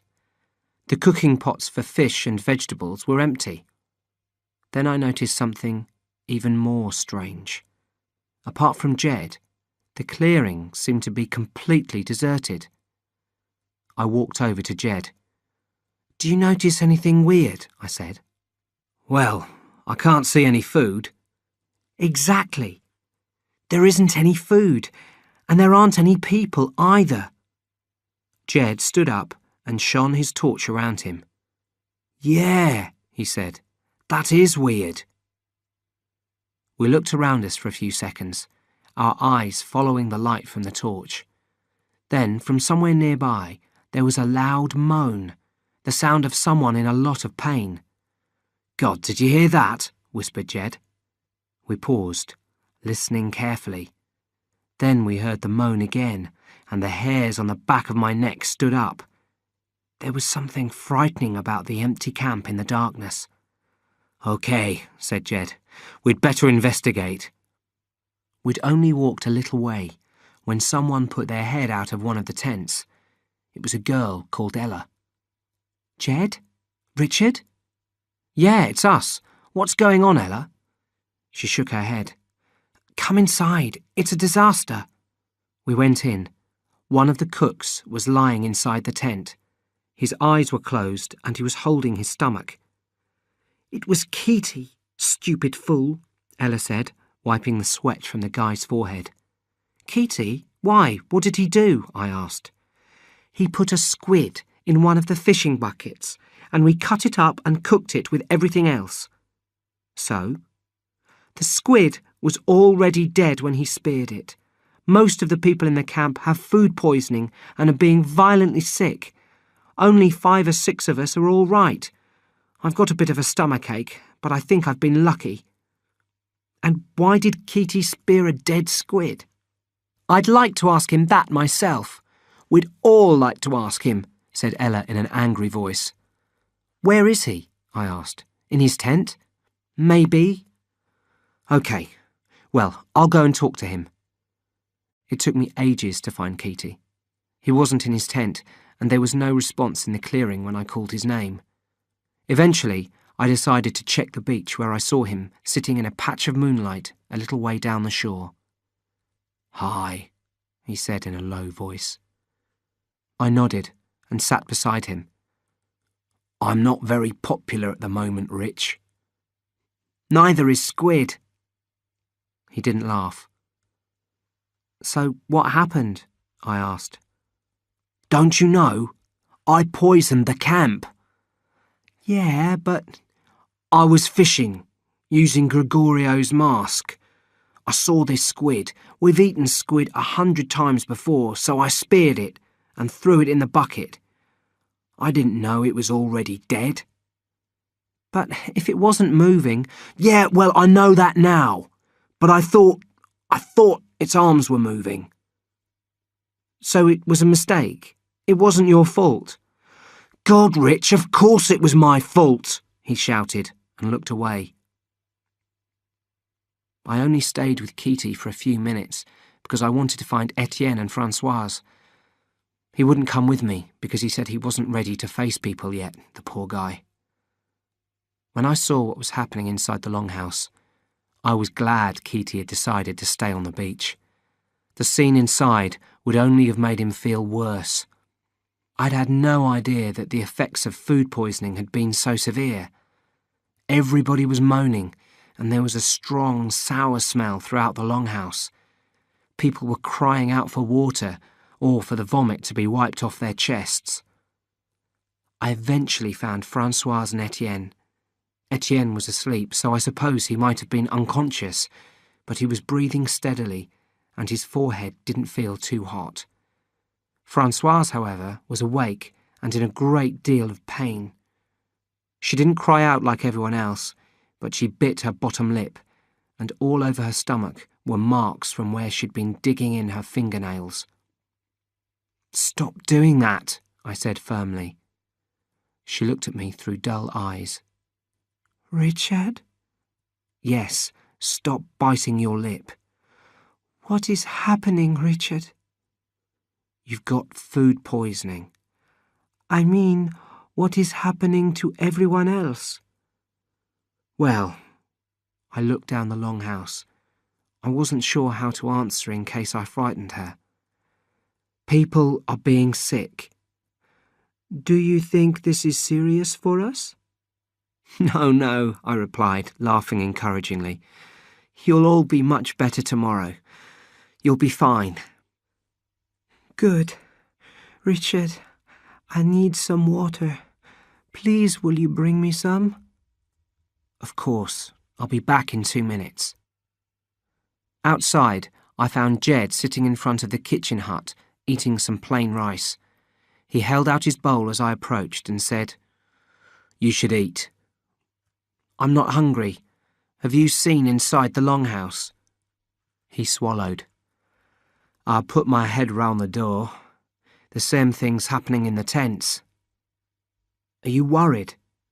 "Sure. People can die from food poisoning like this.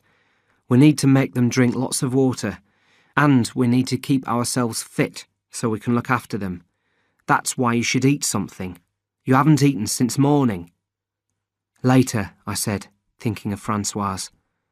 I got some water and walked back to the longhouse. While I'd been away, Francoise's condition had got worse. I helped her drink the water and stayed with her until her breathing became slower and heavier and she finally fell asleep. I don't really feel I have to explain what happened next, but I will anyway. I bent over and gave Francoise a kiss on the cheek. I remember noticing how soft and smooth her skin was. In the middle of that terrible night, with everyone moaning and all the vomit, I wasn't expecting to find sweetness. It took me a little by surprise, and I closed my eyes for a few moments just for the chance to forget about all the bad things that were happening. But when I looked up, Etienne was staring at me. "What were you doing?" he asked. "Nothing. You were kissing Francoise." "So? I gave her a kiss on the cheek. You've seen me do that before." "You've never kissed her like that before. For so long." I felt exhausted. "You've got this wrong," I said. "You're very ill. It's affecting you." Etienne didn't say anything. I tried a joke. "If I give you a kiss, will that make everything okay?" He paused a bit longer and finally nodded. "I am sorry, Richard. You are right. I am ill and it is affecting me. But I can look after her now.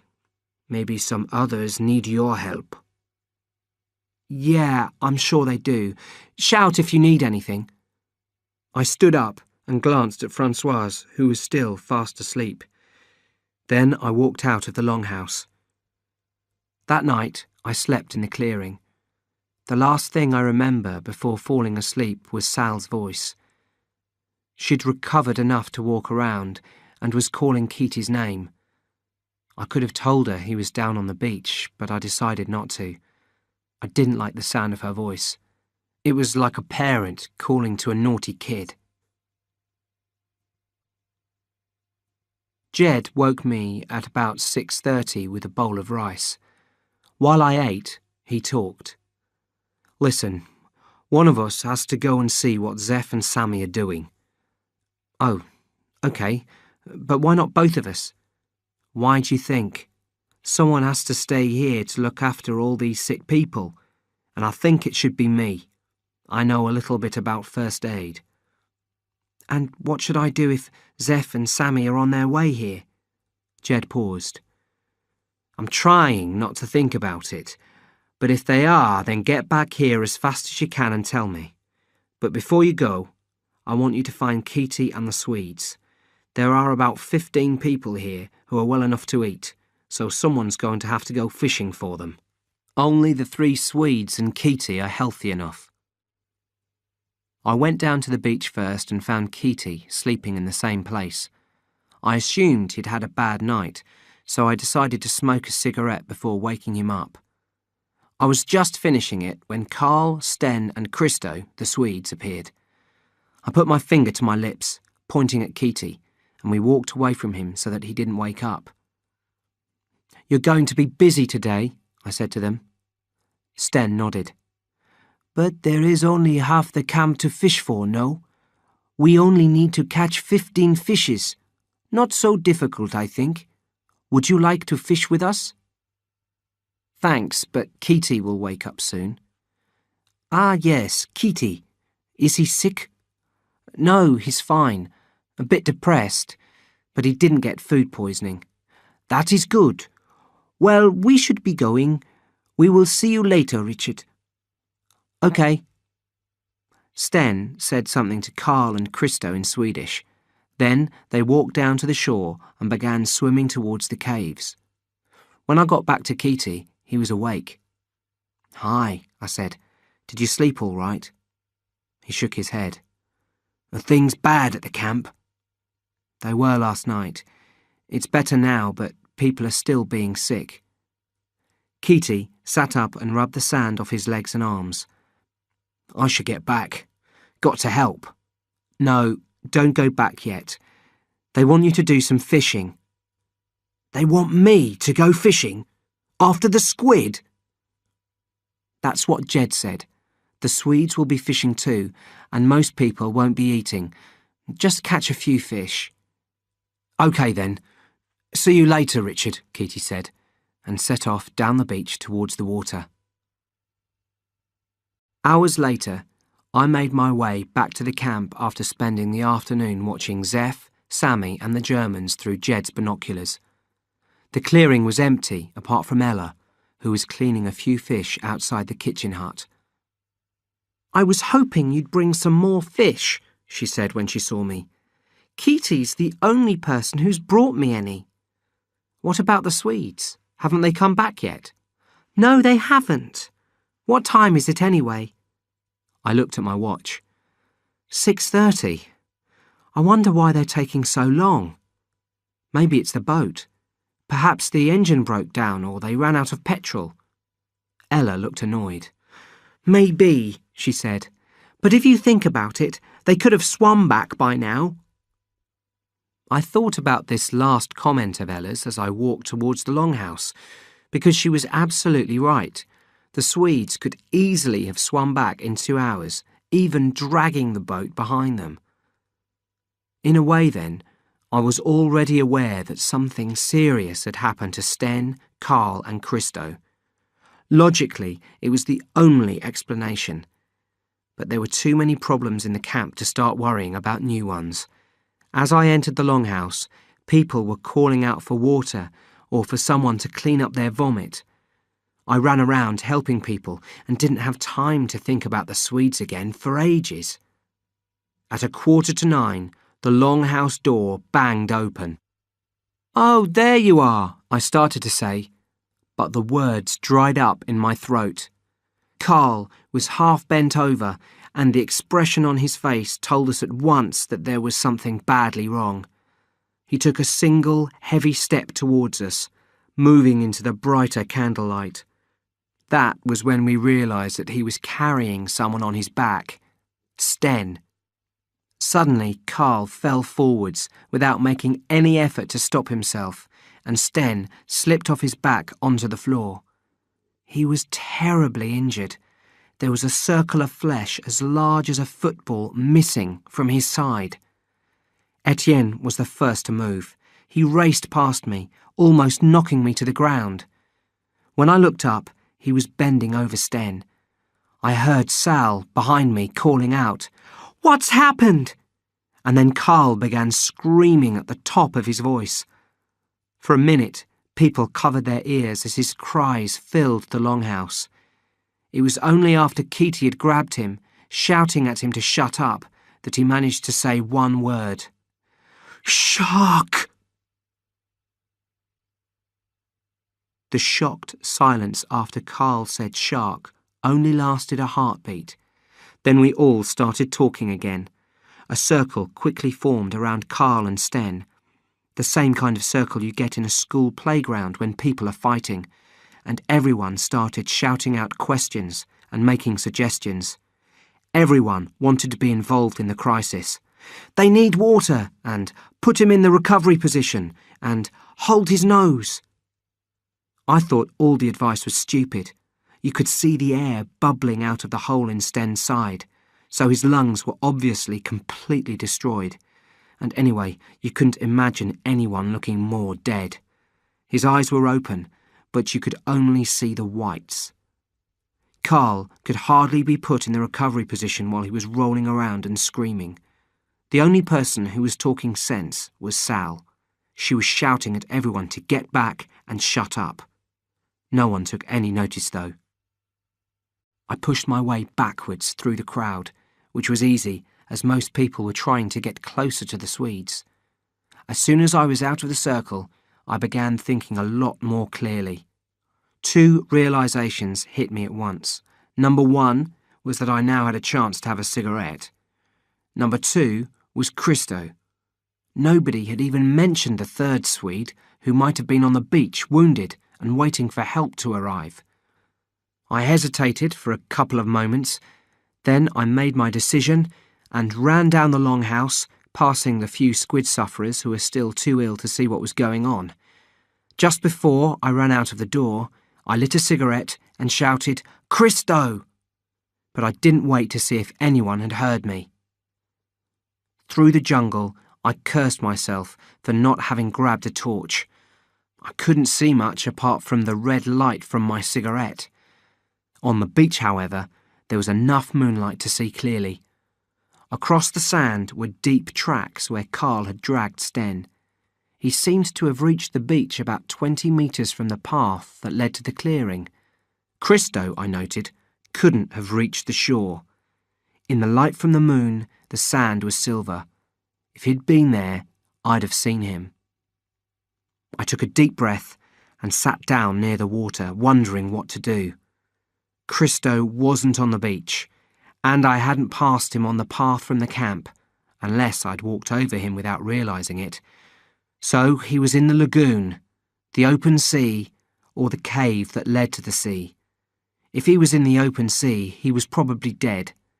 If he was in the lagoon, he was either on a rock or floating face down.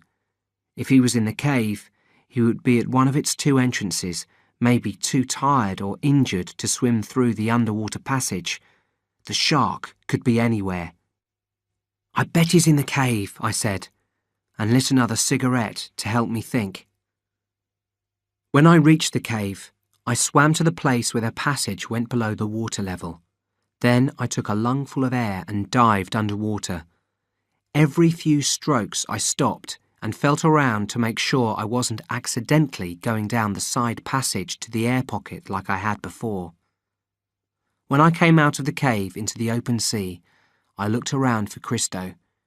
I shouted his name without a lot of hope because the moonlight was bright enough for me to see that he wasn't there. I sat down on a rock and wondered what I should do next. Maybe Christo was only slightly injured, I said to myself. Maybe he swam through the underwater passage with Carl, helping him with Sten, but something happened. Maybe he's in the air pocket. I stood up, filled my lungs with air, and dived back into the water. I found the side passage to the air pocket on my 3rd attempt. I surfaced in the air pocket and took a deep breath. "Here," said a quiet voice. "Christo!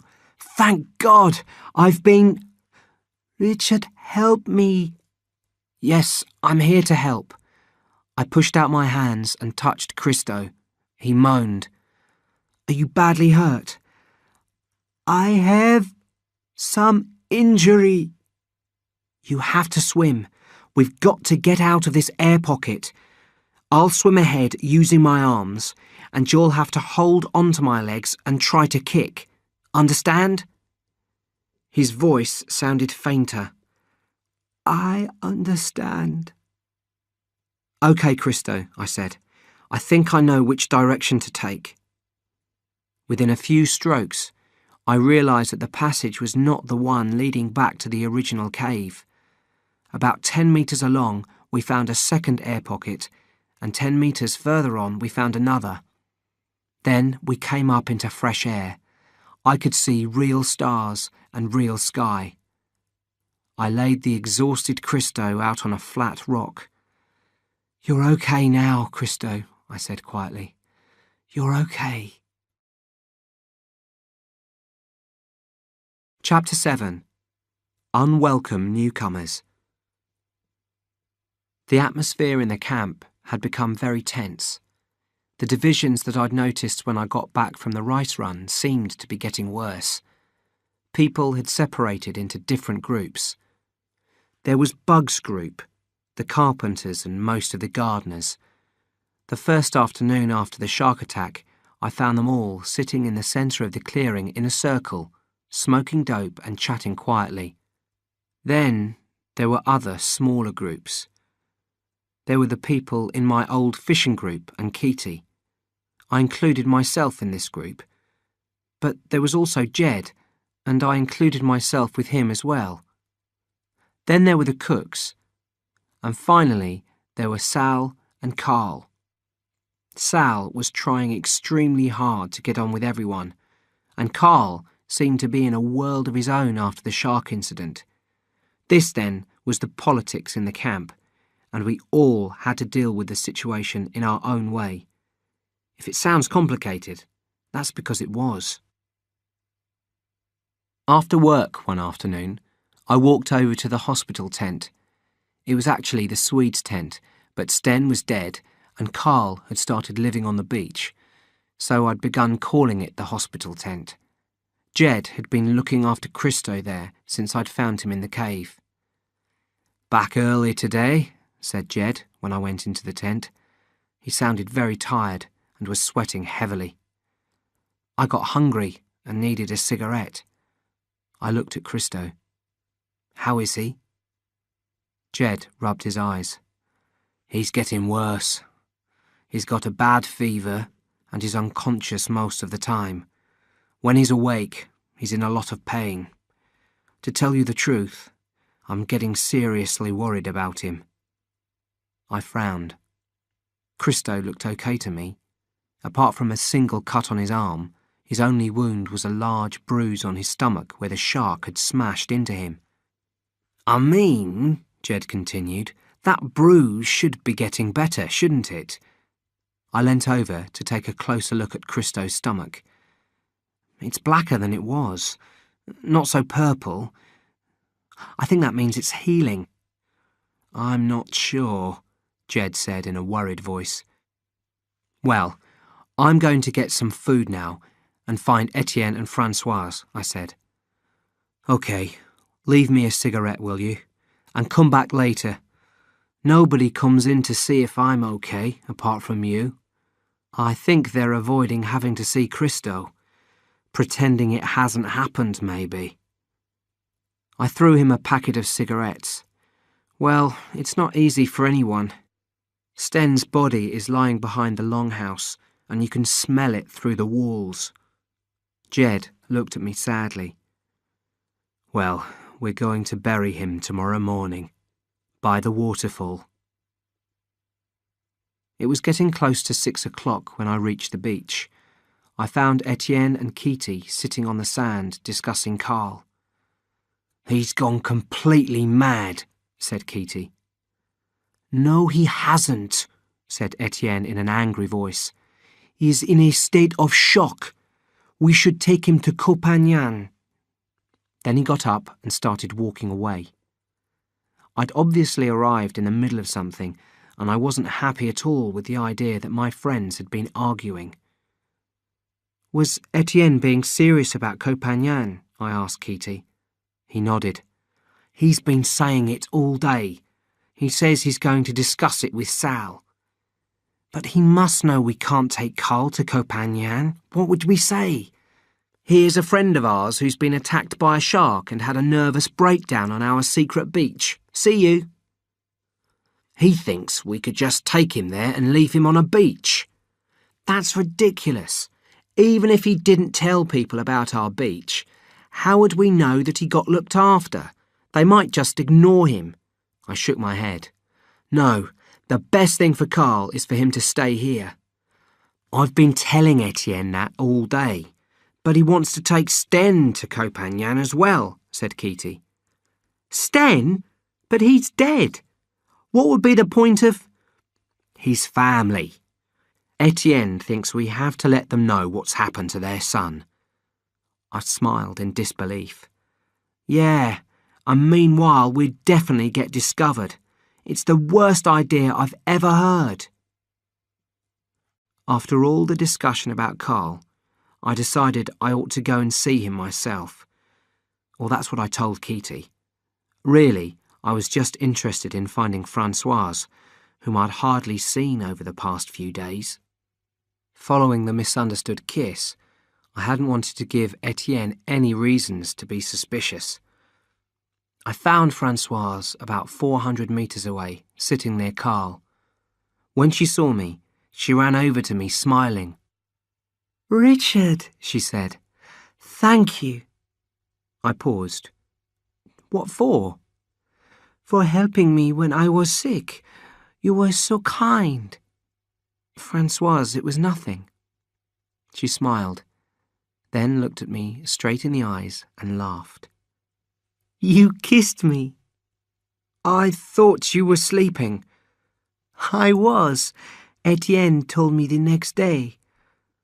"Oh, well, I hope you don't mind. It was sort of complicated." "Of course I do not mind.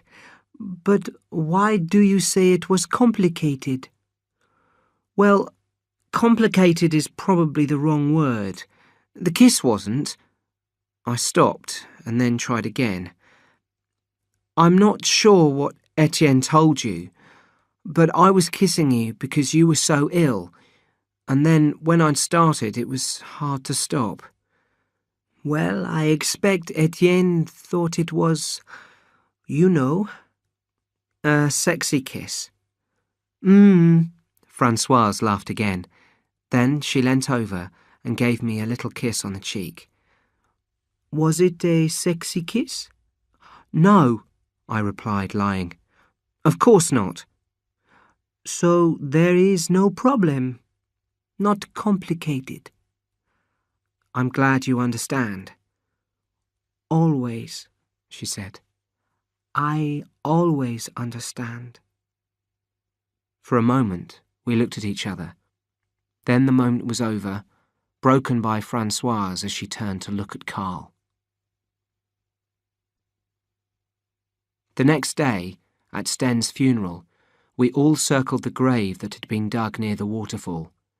Sal said a few words, talking about Sten's commitment to the camp and how much we'd all miss him. Then one of the cooks talked about how Sten always caught big fish, which kept people's stomachs full. Someone else told us how Sten was always ready to play football on Sunday and how fairly he played. When we began filling the grave with earth, several people started crying. Bugs planted a wooden cross on the grave with Sten's name on it. As we all turned to go back to the camp, Sal stopped us. "Wait," she called out. "I don't want anyone leaving yet. There is something important I need to say, and I want everyone to hear it." People stopped, looking puzzled, and waited for Sal to continue. "Okay, I'd like to start by asking everyone to sit down so you can all see me." We slowly sat down on the grass. Sal waited until we were all settled, then nodded. "I want to talk about the atmosphere in the camp. I'm going to talk about it because I've got no choice. I'm going to talk about it because no one else seems willing to do so." No one said anything. "The way I see things is like this," Sal went on. "We've had 2 disasters over the past week. First, there was the food poisoning, and then we had the terrible tragedy with the shark. For these reasons, the atmosphere in the camp has been bad. It's understandable. We're all human. But it ends here. It ends with the burial of a friend, so that something positive will come out of his death. Now, dates don't mean much on the beach, but I keep a calendar. and it may interest you to know that the date today is September the 11th. As a matter of fact, it interested me a lot to hear the date was September the 11th, because it meant it was almost 5 months since I'd left England. That means that our special beach festival is in 3 days' time. As most of you know, the festival is our birthday, and we celebrate it every year. As she said this, Sal looked rather sad. To be honest, I haven't been looking forward to this year's festival much. Without Daffy, I don't mind telling you that it will feel very strange. But after the trouble we've been through, particularly losing Sten, I now feel it's exactly what we need. It will remind us what we are and why we're here. As it's our birthday, it will mark a fresh start. Sal paused for a moment, clearly lost in thought. Then her face hardened and she continued. Okay, so that's it. I hope you all listened hard. Tomorrow we'll start getting ready for the party.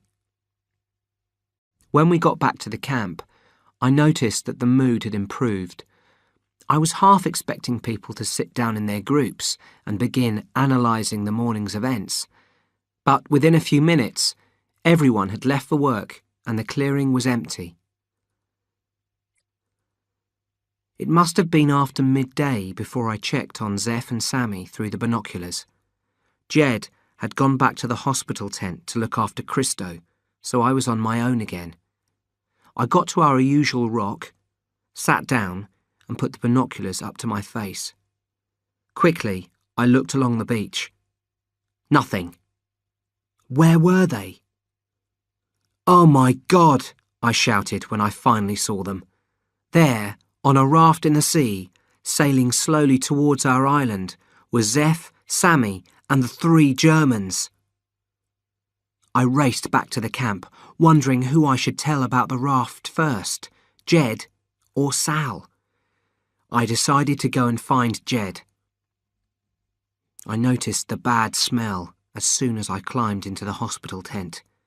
It was sweet and sour. You get used to it, Jed said quickly. In a couple of minutes, you won't smell a thing. Don't go. I pulled up the neck of my t-shirt to cover my nose and mouth. I wasn't going to go. Not one person has come in all day. Can you believe it? Not one person. He turned to look at me, and I frowned with concern when I saw his face. Although his suntan was still deep, his face looked grey, as if his blood had lost its colour. I've been listening to them out there since 2 o'clock. They've been playing football. None of them have been thinking about Christo.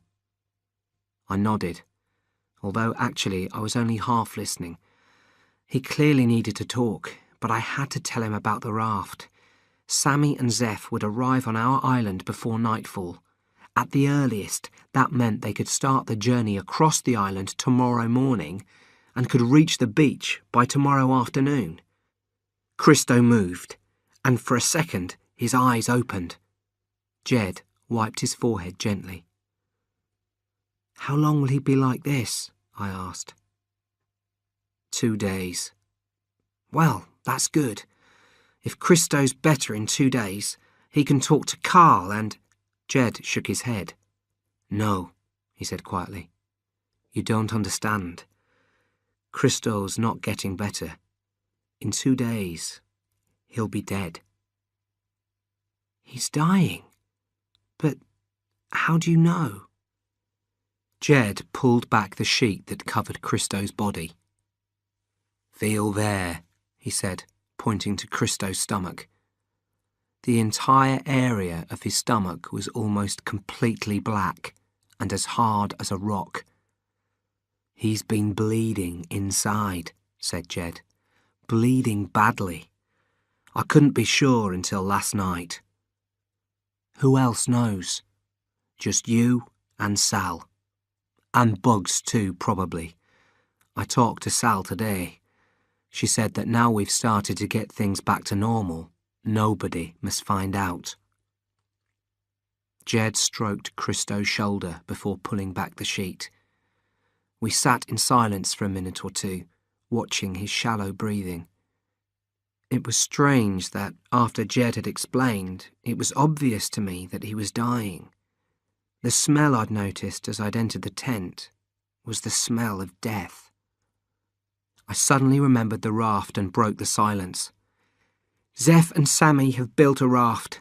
They're on their way." Jed didn't move.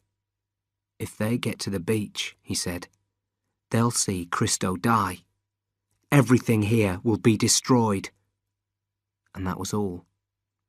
I left the tent and walked close to the longhouse entrance, past where Sal sat talking with Bugs, and continued along to the beach path. At the first corner, I stopped, leaning against a tree, and lit a cigarette. Sal appeared almost at once. "Something's happened," she said. "What is it?" Before I could reply, she said, "They're on their way, aren't they?" "Yes." "Oh my God! When do you think they'll get here?" "Sometime tomorrow afternoon, if they don't get frightened by the dope guards," I answered. "They built a raft." "Have you told anyone about this?" "Only Jed." "Okay, Richard. It looks like we have a slight problem here. But you don't think they can possibly get here until tomorrow, do you?" "No." "Then I'm going to think about this overnight. I'll give you my decision on what we do about them in the morning." I put my head into the hospital tent before going to bed in the longhouse. Jed was fast asleep, but Christo was half awake. He even recognized me. "Richard," he whispered. "Yes," I whispered back. "How are you feeling?" "I feel very bad, Richard. Very bad." "I know, but you'll be better soon." "Sten?" "You'll see him in the morning." "My chest." "Close your eyes." "Very bad." "Shh, now." He nodded, and at last his eyes shut. "Have good dreams," I said, maybe too quietly for him to hear. I left the tent door open when I left. I wanted to stop Jed breathing too much of that dying air. Chapter 8. Paradise to Hell. Sal gave me my instructions at 5:45 the next morning. I had to follow Zeph, Sammy, and the 3 other rafters across the island. When they reached the top of the waterfall, she wanted me to stop them and tell them to leave the island at once. If that didn't work, I had to prevent them from going any further in any way I could until Christo was dead. After that, we would work out whether to let them into the camp or keep them out. By setting off early, I was hoping that Zeph and Sammy would still be with their raft. Finding them would be a lot harder if they'd already entered the jungle. I was also assuming that they'd have landed on the same stretch of beach where Etienne, Francoise and I had first arrived. The early morning effort was worth it. The rafters were still on the beach. Even though I'd been watching them for weeks, it was a shock to see the group so near. It confirmed that it actually was Zeph and Sammy we'd been watching, and therefore that I was responsible for their presence on the island. I still hadn't worked out what I was going to say to Sal about the map. From where I was lying, about 20 metres from where they sat, I could see only 4 of them. The 5th was hidden behind the raft. One of the Germans I could see was a boy, the other a girl. With some satisfaction, I saw that the girl was pretty, but not as pretty as Francoise. No one on the beach was as pretty as Francoise. The guy looked very similar to Bugs. They could have been brothers.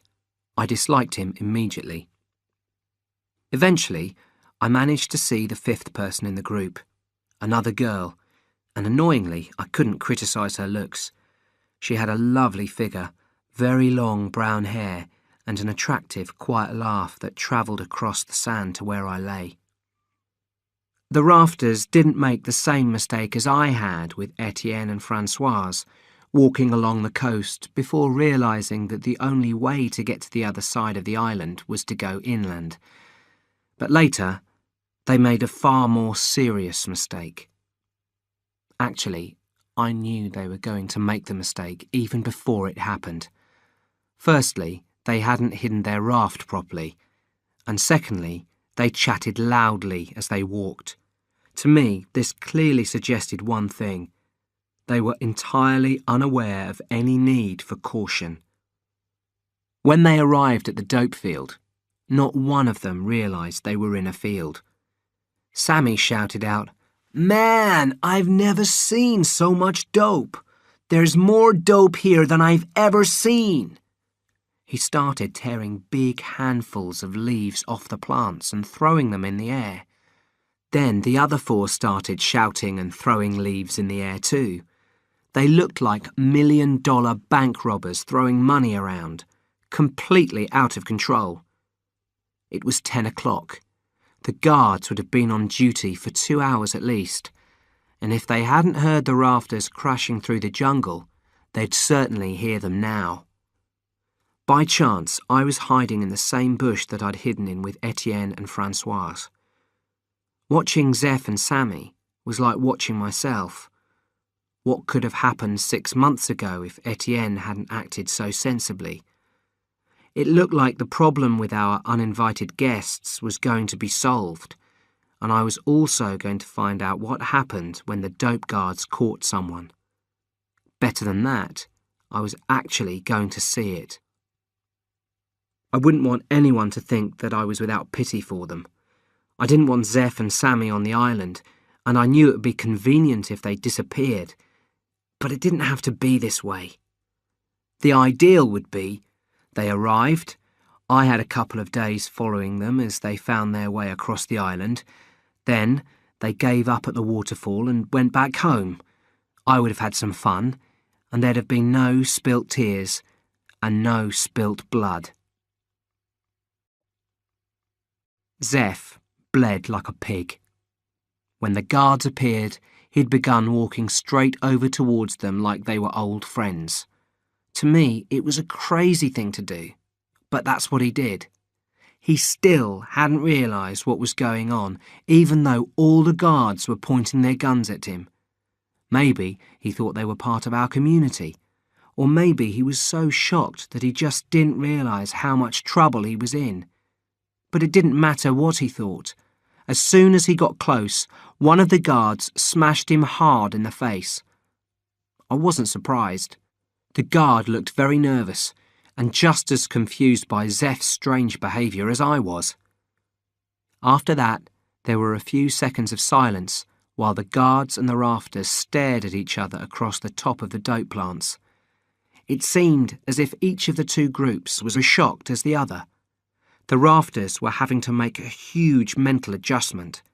Paradise to hell in a few seconds. The dope guards seemed amazed that anyone could be stupid enough to walk into their field and start tearing leaves off their plants. It occurred to me that most of the guards were more like country boys than experienced fighters. I think in some ways it made them seem more dangerous. Maybe someone more experienced wouldn't have panicked and smashed Zeph's face in. Don't people say that the only thing more dangerous than a man with a gun is a nervous man with a gun? It was certainly true in this case. When the short period of staring was over, the guards began violently beating the rafters. I suppose they might have beaten them to death right there, but another group of guards suddenly arrived, and this group appeared to have a boss. I'd never seen him before. He was older than the others. One word from him, and the beating stopped. "Who are you?" he said, in English, very loudly and clearly. A difficult question. What do you say? Do you formally introduce yourself? Do you say, "No one"? Do you beg for your life? I thought Sammy handled it very well, considering that, like Zeph, he'd just had his front teeth knocked out. "We're travellers from Copenhagen," he replied. "We were looking for some other travellers. We made a mistake. We didn't know this was your island." The boss nodded, not unkindly. "Very big mistake. Please, we're very sorry. You alone now? And friends here now?" "We're alone. We were looking for a friend. We thought he was here. And we know we made a "Why you look for friend here?" "Our friend gave us a map." "What map?" "I can show. You can show me map later." "Please, we're very sorry." "Yes, I know about you being sorry." "We'd like to go. We could leave your island now, and we wouldn't tell anyone about anything." "Yes, you tell no one. I know about that." Sammy tried to smile. All his remaining teeth were bright red. "Will you let us go? Please?" "Ah," the boss smiled back. "You can go." "Thank you, sir. Thank you. I promise you, we won't tell any." "You can go with us." "With you?" "You go with us now." "No," Sammy began to protest. "Please wait. We made a mistake. We're very sorry. We won't tell anyone." The German guy started to get up, holding his arms in the air. "We will not speak," he cried. "We will not speak." The boss stared at the German, then spoke quickly to the guards. 3 of them moved forward and tried to lift Zeph by the arms. He began to struggle. Another guard stepped forward and hit him in the stomach. The other rafters began screaming. One of the German girls tried to run away, but the guards caught her and started beating her. I covered my face in my hands as the guards began dragging their prisoners away. The cries and screams were gradually replaced by jungle noises. I slowly stood up and set off on my way back to the camp. It wasn't an easy journey. My head ached, my legs felt unsteady, and I kept falling over. Looking back, it seems obvious that I'd suffered a terrible trauma and was in a hurry to leave an area which still felt heavy with screams. But that wasn't how I saw it at the time. I only thought about the importance of getting back to the camp and telling Sal about what had happened. After a few minutes, I heard a loud noise from somewhere in the jungle. I froze. Within 5 or 6 seconds, the silence was exploded by a burst of gunfire. The noise tore through the trees with shocking loudness. "Jesus Christ," I whispered to myself. "It's happened. They've been shot." I felt violently sick. I imagined the rafters' bodies, their shirts covered in blood, their limbs twisted. As I made my way down to the waterfall, I couldn't decide if it had all gone wrong or if it had all gone right. It was true that our problem with the new arrivals was over and that Sal would never find out that I'd given Zeph and Sammy the map. But that didn't seem to change the way I was feeling. Struggling to walk, I wanted to scream out loud. My brain couldn't cope with what had just happened. It refused to even try. Sal was waiting for me beneath the waterfall. "What the hell happened?" she said, more angry than anxious. "Why did I hear gunshots?" "The rafters," I said. "They've been killed?" "Yes. I saw them get caught by the guards, and then later I heard the firing." "You didn't see it?" "No." "What happened when they were caught?" "They were beaten, badly." "Badly enough to scare them? Maybe just a message?" "Worse." "Then?" "They got taken away somewhere. Dragged. Dragged? You didn't follow? No. What next? The shooting. I see. Sal stared at me. Badly beaten, you say? Very badly. You feel responsible for their deaths? I thought about this before replying, not wanting Sal to discover my connection to Zeph and Sammy at this late stage. It was their decision to come here, I said eventually. They made a lot of noise in the jungle. It was their fault. Sal nodded. Others may have heard the shooting. What will you tell them? Nothing. I think Etienne might know that Christo's dying. He's being difficult again. I won't tell Etienne, I interrupted. I won't tell Francoise or Kitty or anyone. Except Jed. You know I'll tell Jed. Of course I do, Richard, Sal said. But it's nice of you to ask permission. Then she suddenly turned and walked away. She didn't even wait for me, or hear me whisper, actually, I wasn't asking for your permission. I didn't follow Sal back to the camp because I didn't want to see anyone yet. In fact, I didn't want to do anything much, except maybe sleep. I wanted to get away from my brain that was still making me want to scream. The trouble was, if I slept, I'd dream, and I knew I'd have terrible dreams. In the end, I talked to myself. Walking near the waterfall, I asked my mind to leave me alone for a while. I was trying to find some peace and quiet, but it didn't work. So I tried to get interested in a pretty flower or the patterns on a tree, but that failed too. No place to avoid thinking. I realised this eventually and started to walk straight into the jungle so that I could reach the beach without crossing the clearing. I'll keep this short, absolutely limited to what I can remember. My memory of the next few minutes isn't very good, no doubt a result of the morning's trauma and my state of mind. The rafters are dead, I said to Carl when I'd found him on the beach. Christo will be dead within 48 hours. All our problems are over except one. It's time you got sane. Carl looked at me, or he looked through me, or he wasn't looking at anything at all. I didn't really care. I took a step towards him, and as I did so, he hit out viciously at my legs. The blow hurt, so I hit him back. I sat on his chest, my knees against his upper arms, trying to push a handful of rice into his mouth.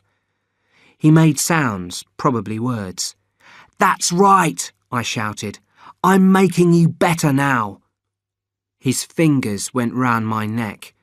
I pushed them away. I think I may have lost the rice in the struggle.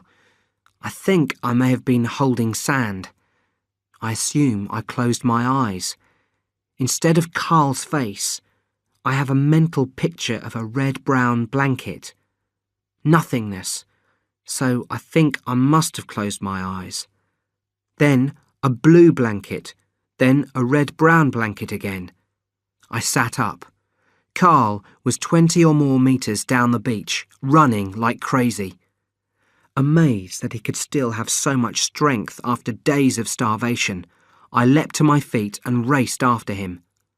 Down the beach, through the trees, up the path, into the clearing. I'd nearly caught him. I was just going to get hold of his hair when I tripped over something and he escaped. I got up quickly. Several people were standing nearby, watching. "Catch him!" I shouted. But they were too shocked to react. "You fools! He's getting away!" A few seconds later, he'd disappeared. I fell down on my knees and started banging the ground with my fists. A light hand touched my shoulder. I looked round and saw Francoise leaning over me, and behind her a group of curious people. "Richard," she said anxiously, "are you okay?"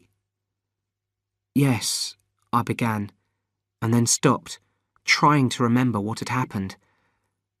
"I think Carl attacked me." "You are hurt?" said Francoise. "I'm fine." "Why did he do it?" I really don't know." I shook my head in desperation. I didn't feel at all ready to cope with these questions. Maybe he thought I was a fish. He was a fisher and he's mad." Then everyone started talking at once. "I should have caught him," someone said. "He ran so close." "I saw the look in his eye. He looked right at me. It was awful." "We should catch him and tie him up." Only one voice disagreed. Etienne's. "This is impossible," he shouted above the others. "I do not believe Carl would attack Richard. I do not believe it. I was with him this morning." The others stopped talking and listened. "This morning I was with him for 1 hour.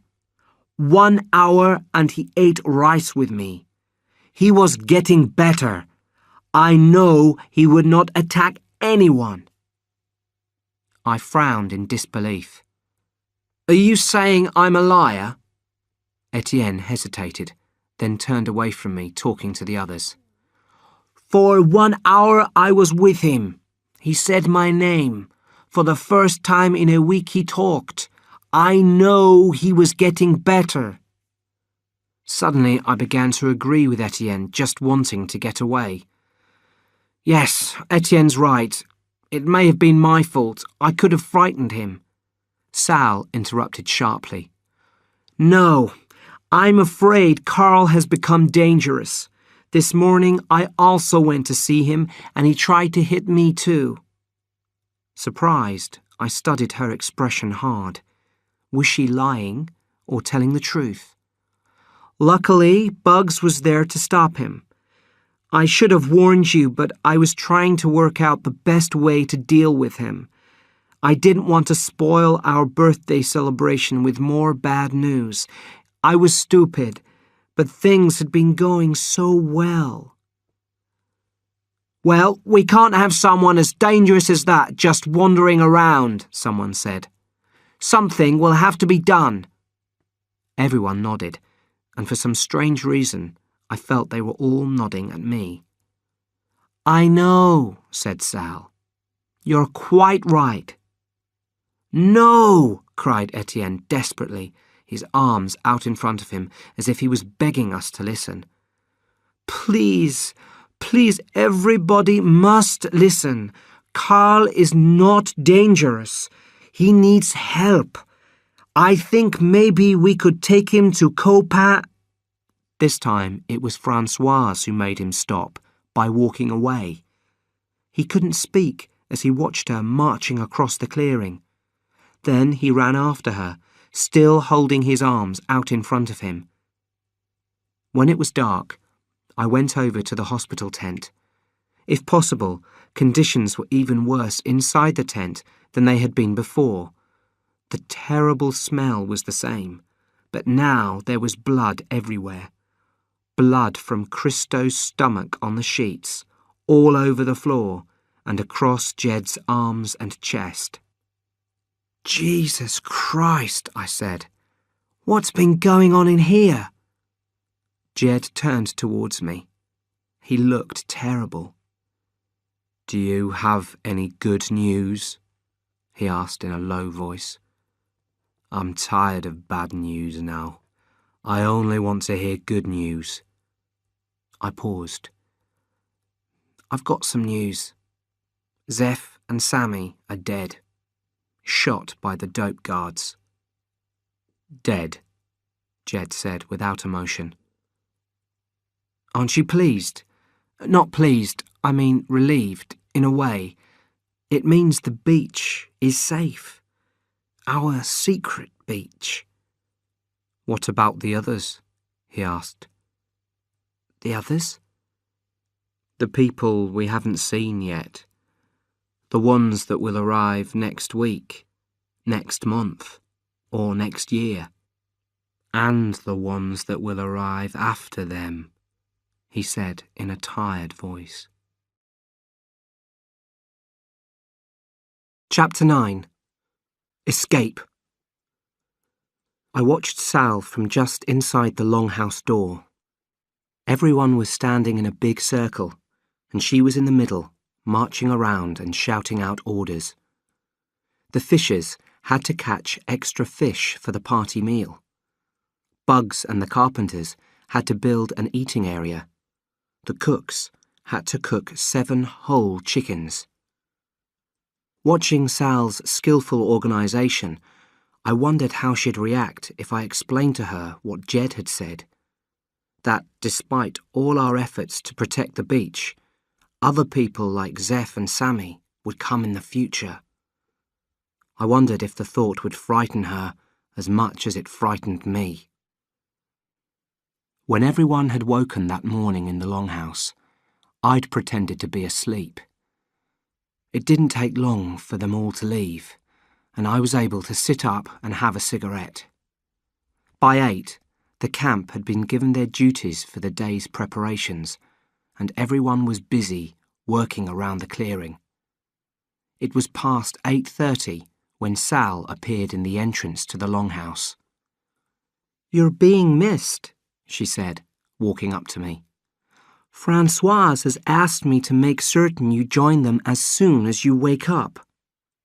"What about Jed?" I asked quickly. "I haven't seen him yet, but I'm sure he'd like to see you too." I noticed a slightly worried expression on her face. "There was something else I was hoping you might do, Richard. You see, I know it may feel as if, with our rafters gone, our troubles are over, but I'm afraid they aren't. We still have the problem of the Swedes." She paused and touched her hair. "Now, if Christo dies during the festival, no one has to know. I think our real problem is Carl. Carl, that's right. And I'm afraid you'll have to take responsibility for him." "Me?" "Yes, you're quite right to look guilty." "Guilty? If you hadn't disturbed him, he'd have stayed on the beach all through today and tonight, and through next week as well, I expect. Of course, we'd have had to deal with him at some point, but I was planning to leave the matter until after the festival. Because of what you did, we have to act now." She gestured in the direction of the clearing. "Take a look out there. You can see how important the celebrations are to everyone here. We must make sure they go well." With a shock, I realised what she was going to ask me to do. "Let me explain the problem, Richard. Carl's wandering around like a madman, and he might suddenly appear and—" "Sal," I interrupted, "I won't do it." There was a short silence. I could sense that Sal was thinking fast. Eventually, she crossed her arms. "You won't do what, Richard?" "I won't, Sal. I won't do it." "Do what?" "Don't ask me, please." I looked at her carefully, wondering if I'd misunderstood her. But as my eyes moved to her face, she looked away, and I knew for certain I was right. She wanted me to find Carl and kill him. "I'm afraid I am asking you, Richard." I shook my head. "Sal, please. I'm going to leave the longhouse now. In half an hour, I'll come back and you will be gone. By tonight, all of our troubles will be behind us. The last month will be finished. We'll never have to think about it ever again." She stood up. The beach is my life, Richard, but it's yours too. Don't forget that. I nodded miserably. Good. She returned the nod, turned around and walked away. Outside the longhouse, everyone was busy in the clearing. Most people were helping to prepare vegetables. The carpenters were in the middle getting the eating area ready, all working and laughing. I easily managed to walk out of the jungle side of the longhouse without being seen. I thought of the caves after I'd looked for Carl around the waterfall. If I'd been thinking more clearly, I would have checked the caves first, but it wouldn't have made much difference. The boat had probably been gone for hours. These days, I can find comfort in the idea that my attack on Carl on the beach had cured him. I often picture him, trying to guess what he's doing at this moment or that. I imagine him having a normal life in Sweden, skiing, eating, working in an office, drinking with friends in a bar. But at the time, my reaction wasn't so simple. Part of me was relieved that I couldn't now kill Carl. Most of me, however, was in shock. For the first few minutes after realising that Carl had taken the boat and escaped from our island, I couldn't even climb out of the water onto the rocks. I couldn't imagine how Sal would react to this development. What would happen when Carl arrived on Koh Phangan? Eventually, I managed to pull myself out of the water and sat on a rock. I didn't move again until a short while later I saw someone surface near the underwater passage. "Richard?" the head called over the sound of the waves. It was Etienne. "Are you here, Richard?" I stood up and waved to him. He swam over and joined me on the rock. After at least half a minute, he began to speak. "Richard, I want to talk to you, but I do not know." "You don't know what?" I asked. He took a deep breath. "I do not know if it is safe." "Safe?" "I think you do things. You do things for Sal. Today you were looking for Carl." I felt sick and closed my eyes. "Is he dead now?" Etienne asked. Etienne might have continued speaking, asking what I'd done with Carl, but I can't be sure because I wasn't really listening. I was thinking about the food poisoning, Sten's forgotten funeral, Christo dying in the death tent, Carl wandering around the beach, and the terrible shooting of the rafters. My mind was filling up with all these traumas, and I was hit by a wave of sickness. "Etienne," I said, hearing my voice from far away, "would you like to go home?" He didn't seem to reply for a long time. "You mean the camp?" "Not the camp. I mean home. Leaving the beach. France for you and Francoise. England for me." I turned to face him and saw the expression of hope and fear on his face. "Don't worry," I said. "Everything will be okay. We're going to leave tonight." I wasn't worried about the practicalities of leaving. It would have been easier if Carl hadn't taken the boat, but we still had the raft. If that was gone, we'd swim. We were all much fitter than we had been, and I was sure we could manage the swim to the next island again. We had water, and we knew how to catch fish to eat. I had much more serious things on my mind, like who we'd take with us. Francoise was the first person we had to talk to. We found her on the beach. Etienne stood in front of her, talking rapidly in French. After a few minutes, Francoise looked over at me with wide eyes. Etienne said something urgent, and she answered. Then he nodded quickly in my direction, and that was that. I knew she'd agreed to leave the island with us. It was a big relief. I'd been completely unable to predict how she'd react, and so had Etienne. But the other two names on our list were even more unpredictable: Jed and Kitty. Or my list, I should say, because Etienne didn't want to take either of them. I could understand that. If we had only had Françoise to take, we could almost have left at once. But over the months of my beach life, Jed and Kitty had been my two best friends, and I couldn't disappear without offering them the chance to come too. Soon after Etienne had finished talking to Françoise, she came over to where I sat. "Is there a problem?" I asked. "No," she said.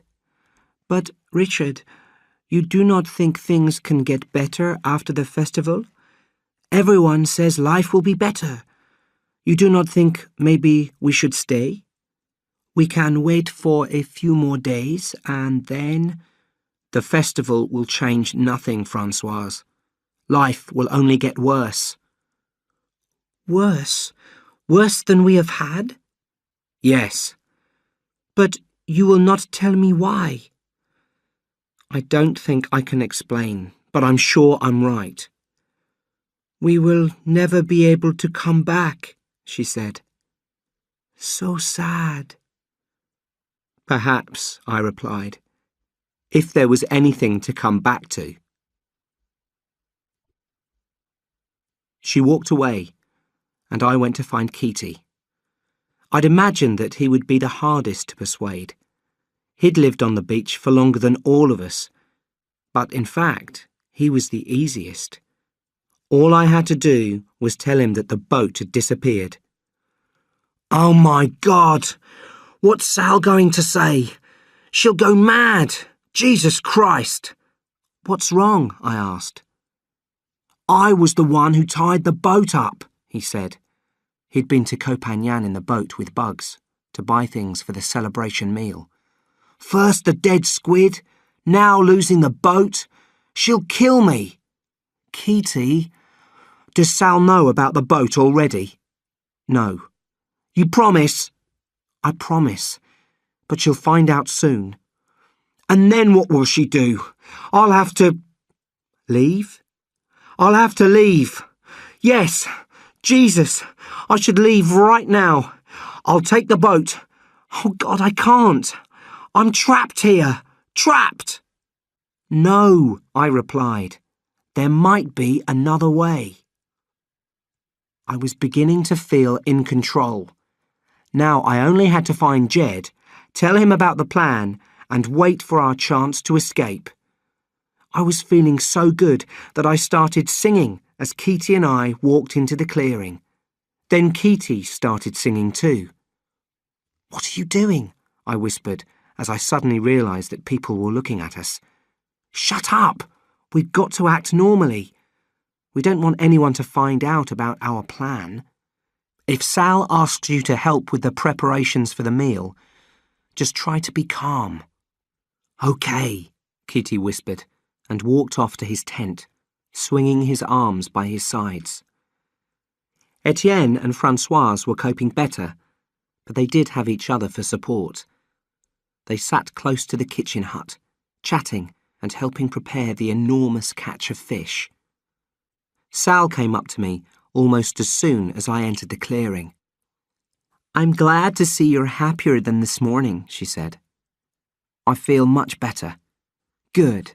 I assume that means that I shouldn't worry about any unexpected problems tonight at the party." "That's right," I answered. "No problems. You can forget about him." "Forget?" Sal said. "Forget about who?"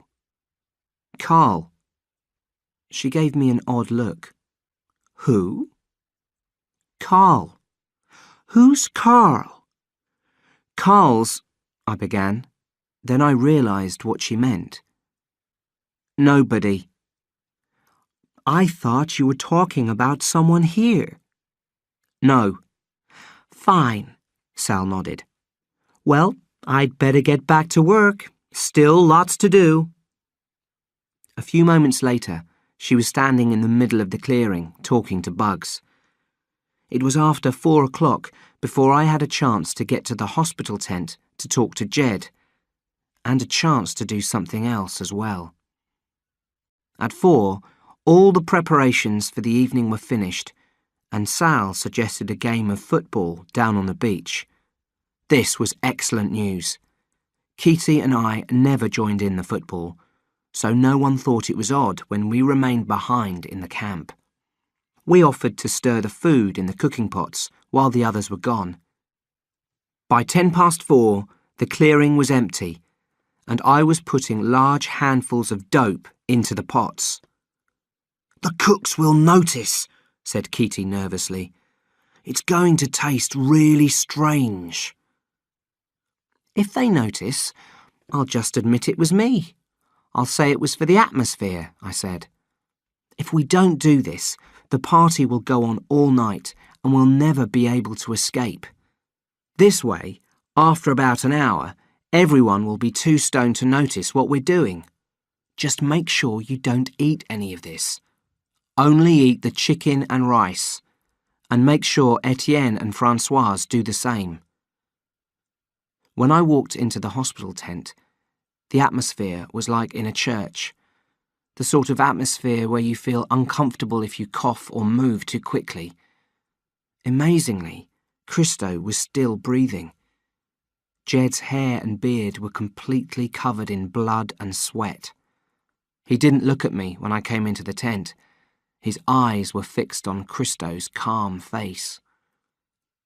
"Jed," I said gently, "there's something we should talk about." "You're leaving," he said. "Yes." "When?"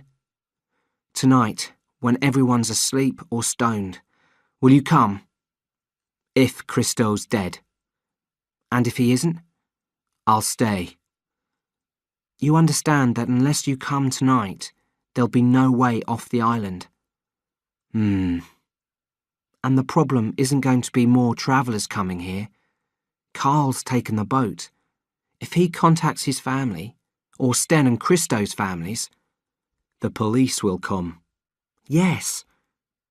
And you won't be able to escape." "I know." "I want you to come. It makes no difference to Christo if you're here or not. You know that too, don't you? Most of his brain has already shut down." "He isn't dead until he stops breathing." "Okay." I thought hard for a couple of seconds. "So why don't we stop him breathing? We could cover up his mouth. It would only take 5 minutes." "No." "You don't have to do it. I'll do it for you. You could hold his hand or something. It would be a nice way for him to die. Very peaceful and..." "Listen, Richard," said Jed, looking at me for the first time. "Christo should be dead by tonight, so I should be able to come with you. Why don't you go back to the others now? I don't think Sal would like it if you were in here. But come and check before you leave," he said, and turned back to Christo. I stayed for a minute and then left the tent. The rest of the camp had begun returning to the clearing, singing, laughing, arm in arm. The party was going to start. There were 4 circles in the middle of the clearing. First a ring of candles, then our plates, then all of us, then another circle of candles. It looked marvellous and very, very frightening. Orange faces in the candlelight and clouds of dope smoke, and a lot of noise. People weren't talking, they were shouting, sometimes screaming, just telling jokes, asking for more food, but it sounded like screaming. They were all drinking heavily. The cooks had made a drink from coconut milk. You make it like this: take a green coconut, still up in the tree, and make a small cut in its base. Under the cut, hang a bowl to catch the milk. Then leave it for a few hours. When you come back, you'll find that the milk has fermented, and that if you drink it, you'll get very drunk. A clever trick. It tastes okay, a bit sugary, but okay. I was surprised I'd never seen it done before. I'd made us all sit together. That way I could make sure the others only ate the chicken and rice and didn't get stoned or drunk. After half an hour, at about 9:15, I went to see what was happening in the hospital tent. To my amazement, Jed was asleep. "Jed," I said, but he didn't move. I said it louder, again with no response. I knew this was my chance. I quickly moved over to Christo's head, pinched his nose, and covered his mouth. A few minutes later, I took my hands away, counted to 120, and crept back to the cool outdoors. And that was it. It really was as simple as that. As I returned to the clearing, I saw that several people had started dancing. It was a nice moment. Watching the couples reminded me of the way things used to be on the beach. Sal was dancing with Bugs. She looked like a completely different person. "You do not recognize her," Gregorio said to me. While I'd been killing Christo, he'd sat down in my place so that he could chat to Kitty. "No. That's because tonight is our birthday, and Sal will only get stoned once a year at this party. The rest of the year, her mind is always clear. We get stoned, but she keeps her mind clear for us." "She cares about the beach very much." "Very much," Greg said. "Of course." He smiled and stood up. "I will get her some more food. You would like some?" Both Katie and I said no. "Just for me then," he said, and wandered off towards the cooking pots. 10 o'clock. The dancing had stopped. Everyone was acting very strangely, stoned from the dope I'd put in the food and the joints they'd all been smoking. "It's weird watching them when you're not stoned," Kitty whispered to me. "They all look crazy." "It can't just be the dope," I said. "Even eating it, dope wouldn't make them as stoned as that. It must be the coconut drink." "Yes," said Etienne. "Really, I do not like this. When can we go?" I checked my watch for the 100th time. I'd thought we could leave at about 2 or 3 in the morning, when there'd be a bit of light creeping into the sky. But Etienne was right. I didn't like the way things were going either, and we could probably set off while it was still dark. "In an hour," I said. "I think we might be able to leave in an hour." But at 10:30, things started to go wrong. Bugs, who'd been sitting dreamily with Sal, drinking and smoking, suddenly jumped to his feet. His eyes were wide, and there was an expression of terror on his face. Everyone turned to look at him. "What was that noise?" Gregorio laughed. "Can you hear noises, Bug?" "It was a branch being pushed. It was somebody pushing through branches." Sal sat up on her knees. "Are we all here?" she said, looking round. "Somebody is definitely out there," Bugs said. "Maybe it's Carl," someone suggested. Several heads turned to me.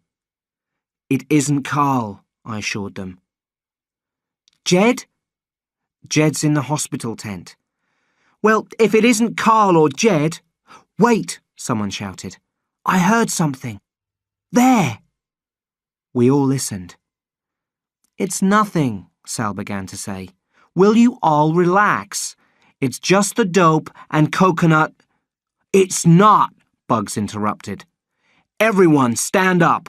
I'm telling you, people are coming." "People?" And suddenly we were all rising to our feet because we could all hear the noise. It was unmistakable. People pushing through branches, walking on leaves, coming our way from the waterfall path. Run! Sal shouted. Everyone run, now! Too late. A figure came out of the trees within 4 meters of us. In seconds, more dope guards appeared by his side. They all had guns, pointing straight at us. I turned to look around me. Everyone in the camp was staring at the guns, frozen in fright.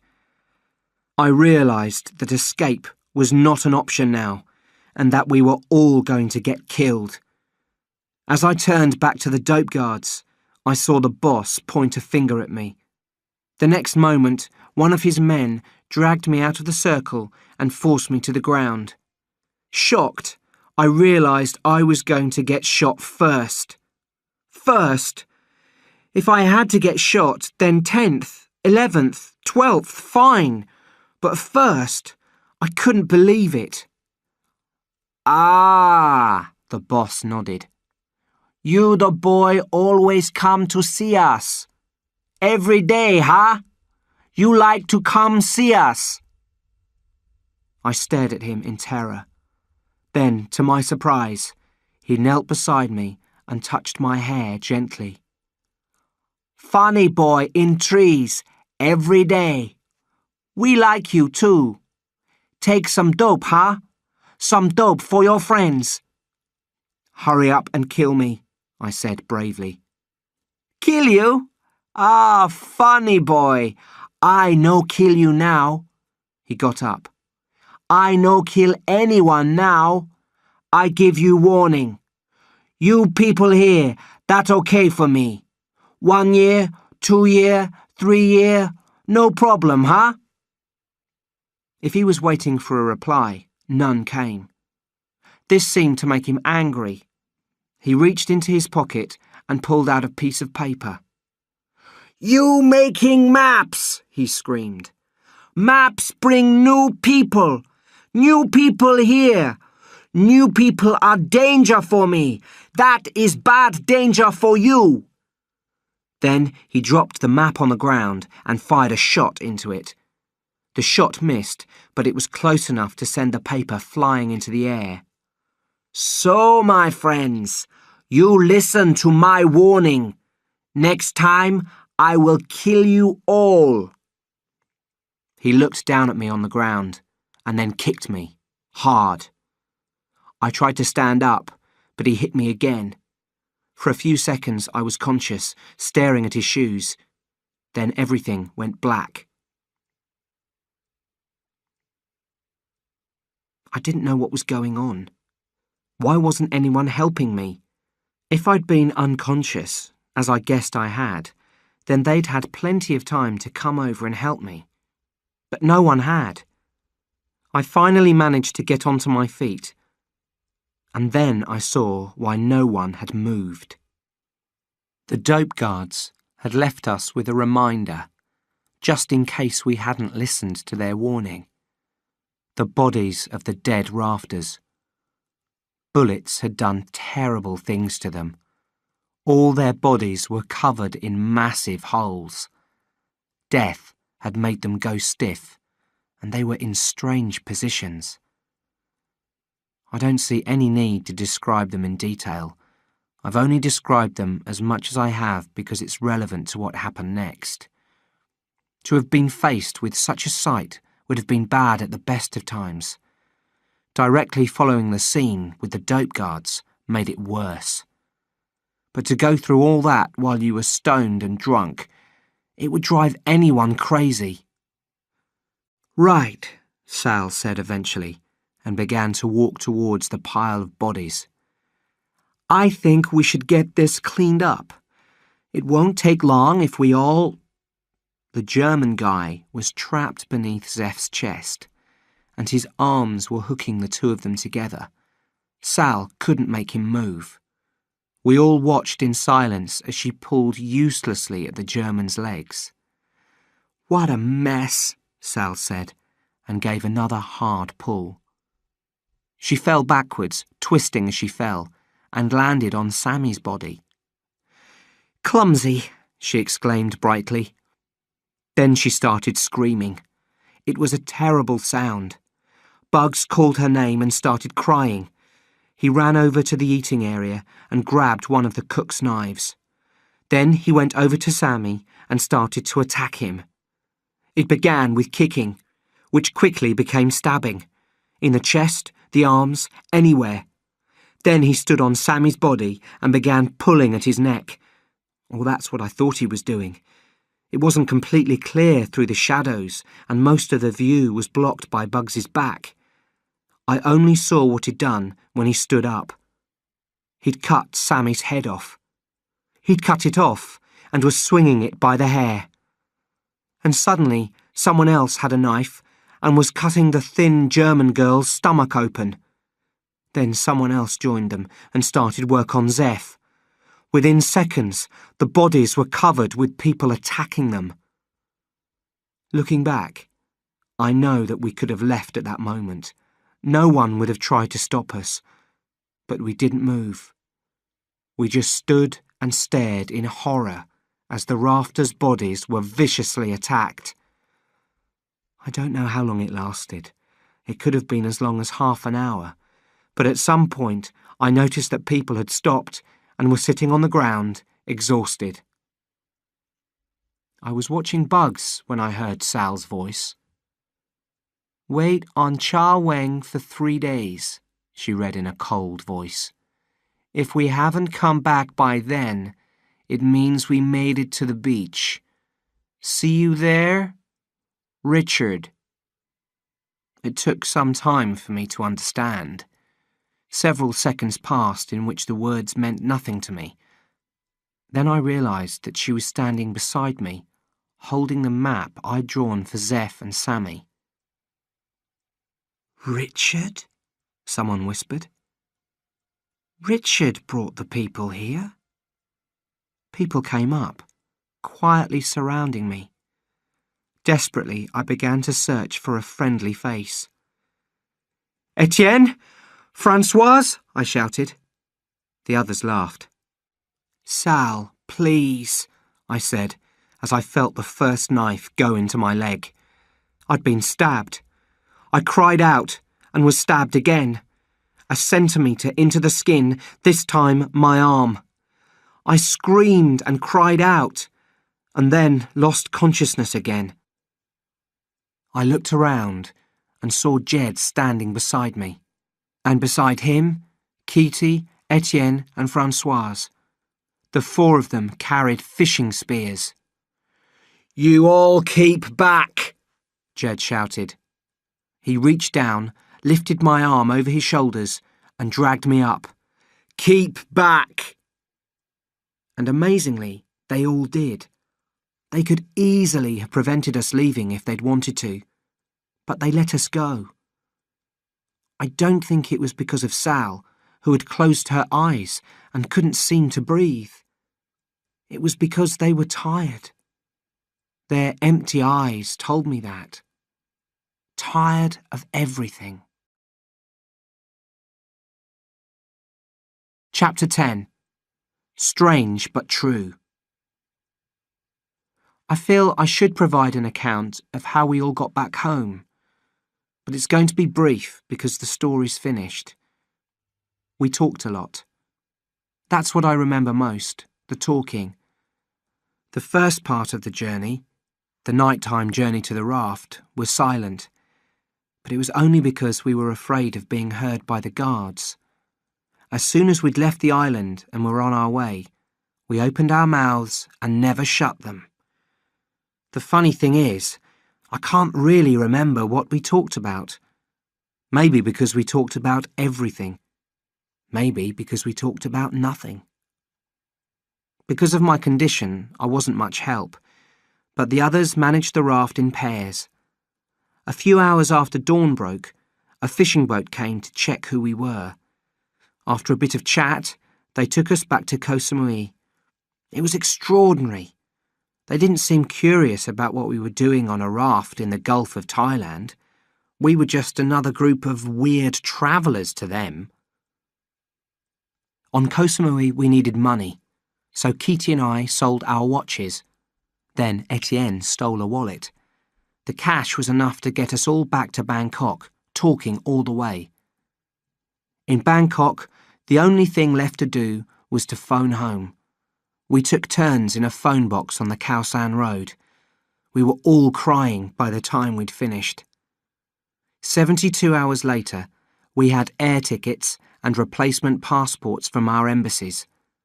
The cuts on my body still felt bad as I was buying cigarettes at the airport. As soon as we boarded the plane, I felt okay. At this exact moment, I'm sitting in front of a computer. At this exact moment, I'm typing this sentence. At this exact moment, it's a year and a month since I flew out of Thailand. I never saw Etienne and Françoise again. One day I will. It's going to be by chance, but I know it's going to happen because the world is a small place and Europe is even smaller. I see Kitty and Jed all the time, and they see each other even more. This is strange but true. They both work at the same place. Different companies, same building. What else? About 3 months ago, maybe 4, I read in a newspaper, Britain caught smuggling in Malaysia.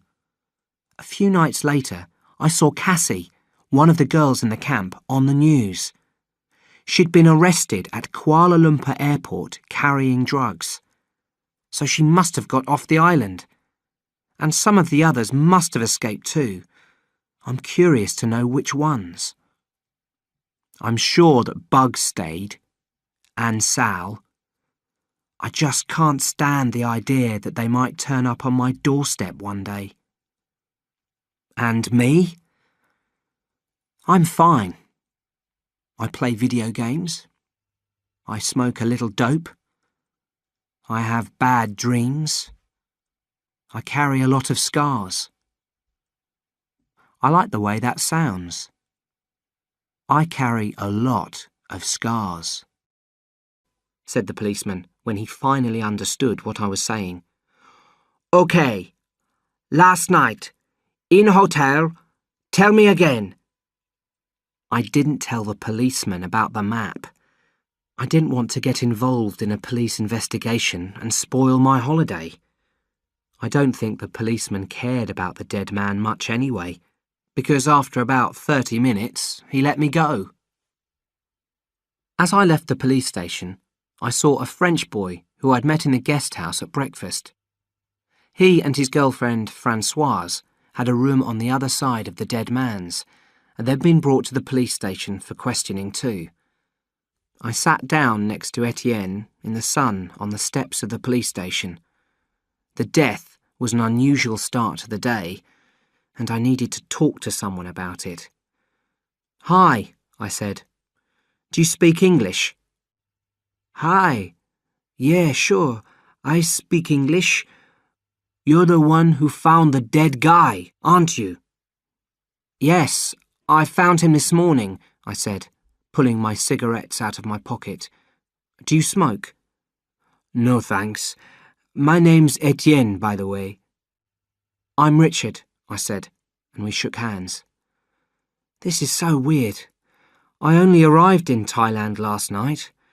I wanted to relax in Bangkok, if that's possible, and instead I found a dead man. Well, we've been here for 4 weeks, but it's weird for us too. So where have you been for the last month? Not only in Bangkok, surely? Oh no, we've been in the north, Chiang Mai, walking in the hills and rafting on a river. Very boring, no? Boring? I asked, surprised. Yeah, I wanted to do something different. All travellers want to do something different, but in the end, we all do the same thing. There's no, adventure? Yes. We come to Thailand for an adventure, but all we find is this, he said, pointing down the Khao San Road. This dead man, he continued after a few seconds, he was very strange. He used to talk about a beach every night. I know where the beach is, I said. Etienne looked interested. I've got a map. He drew it for me. I found it pinned to my door this morning. It shows where the beach is and how to get there. I've got it in my room. Did you tell the police? Etienne asked. No, I didn't want to get involved. Maybe they'd think I knew him or something, but I didn't. I'd never met him before last night. A map, said Etienne quietly. Cool. Can I see it? Yeah, sure. But what about your girlfriend? She's still with the police, isn't she? Françoise? Oh, she'll be all right. She knows the way back to the guest house. OK then, I said. Let's go. When we got back to my room, Etienne stared at the map for 5 minutes without speaking. Then he said, "Wait," and ran out of the room. He came back holding a guidebook. There, he said, pointing to an open page. These are the islands on the map. They're in a national marine park west of Koh Samui and Koh Phangan. All the islands are protected. Tourists aren't allowed to visit them. They can go to one, Koh Pelong, on a special guided tour from Koh Samui, but they can only stay one night, and they can't leave the island. So Mr. Duck's beach is in a national park. How do people get there? I asked. They can't get there. That's the point. I leant back on my bed and lit a cigarette. Well, Mr. Duck's map is rubbish then. Etienne shook his head. No, not rubbish. Why do you think the man drew it so carefully and gave it to you? He was crazy. He called himself Daffy Duck, I laughed. I don't think he was mad. Maybe travellers try to get to new islands in the national park because islands like Koh Samui and Koh Phangan are spoilt. Too many tourists. But they aren't allowed in the national park, I said. Etienne raised his eyes to the ceiling. Exactly. That's why they go there. You know, Richard, I'd like to find this beach. I smiled. Really, said Etienne. Believe me. I did believe him. He had a look in his eyes that I recognised. He wanted an adventure. I could tell that he was already listening to the sound of the waves on this idyllic beach, or hiding from the marine park guides as he made his way to the island. At that moment, Françoise arrived. She was one of the most attractive girls I'd ever seen. I didn't want to seem impressed by her looks, so when she put her head round the door, I just looked up, said hi, then went back to studying the map. Etienne spoke to her quickly in French. I couldn't follow the conversation, but I recognised a few words, including my own name once or twice. I think she was annoyed that he'd left the police station without her. After some minutes, their voices relaxed. Then Françoise said, May I have a cigarette, Richard? Sure. I gave her one and held out a light. So, what's this map then? She asked. I found it on my door, I started to explain. Yes, Etienne's already told me. Can I see it? I passed the map to her, and Etienne pointed out the beach. Just a short boat ride from Koh Pelong, he said. How do we know what we'll find there? Françoise asked. We don't, I replied. And if there's nothing there, how do we get back to Koh Samui? We get back to Koh Pelong, said Etienne. Then we wait for a tourist boat. We say we were lost. It'll be fine. I see. Okay. When are we leaving then? I looked at Etienne, and he looked back at me. I'm tired of Bangkok, Françoise continued. Let's get the night train south tonight. Yeah, but, I said slowly, surprised by the speed at which events were developing. We're going, said Françoise, and put out her cigarette on the floor as if that was the end of the discussion. And it was. We took the night train south from Bangkok first class. I didn't feel able to relax until I was in bed on the train, away from Etienne and Françoise. Things had been awkward since leaving the guest house. I had no objection to their company, but I was beginning to think about the reality of our plans. Also, I realised that we were complete strangers, something I'd forgotten in the excitement of our quick decision to find the beach together. I'm sure they were feeling the same, which was why they were as quiet as I was. At Surat Thani, we got off the train and took a bus to Don Sak. From there, we caught the Songserm ferry straight to Narton. That was how we got to the tourist island of Koh Samui. Chapter 2. Koh Samui. A bus from the Koh Samui port took us to the Chaweng Beach Resort. On the left, the sea lay blue between rows of coconut trees, and on the right, a jungle-covered slope rose steeply. The bus left us outside a decent-looking bunch of beach huts. Private showers, a bedside fan, and a restaurant that looked onto the sea. Our huts faced each other over a path lined with tropical flowers. First, I went for a swim. That way I could get clean and get a suntan. I ran down to the sea, partly because the sand was so hot, and partly because I always run into the sea. I'd been splashing around in the water for about 15 minutes when Etienne and Françoise came down to join me. Françoise looked lovely in a white swimsuit. I wondered if Etienne noticed her beauty, or whether he'd got used to it. "Will you come for a swim?" she asked. "I am swimming, aren't I?" "No," said Etienne, pointing to the open sea.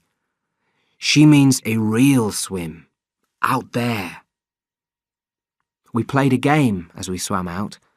Every 10 metres, we would each dive to the bottom of the sea and return with a handful of sand.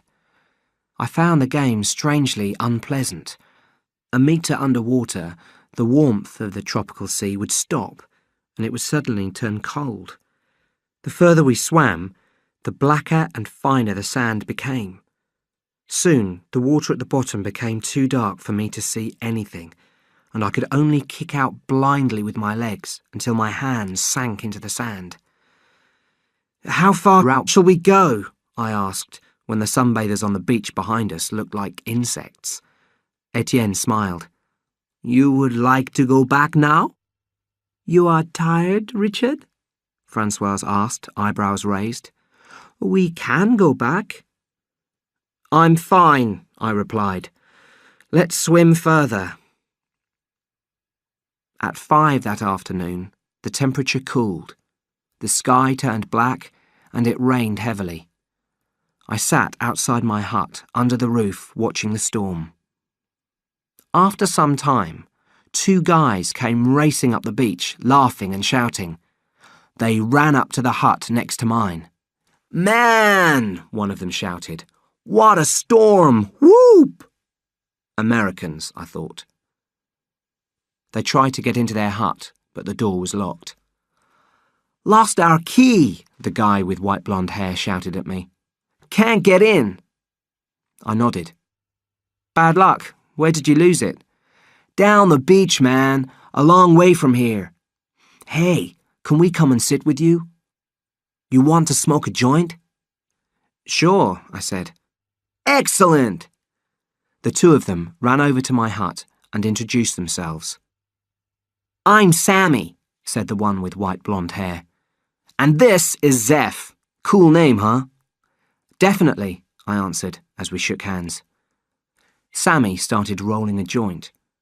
We smoked and chatted and watched the lightning out at sea.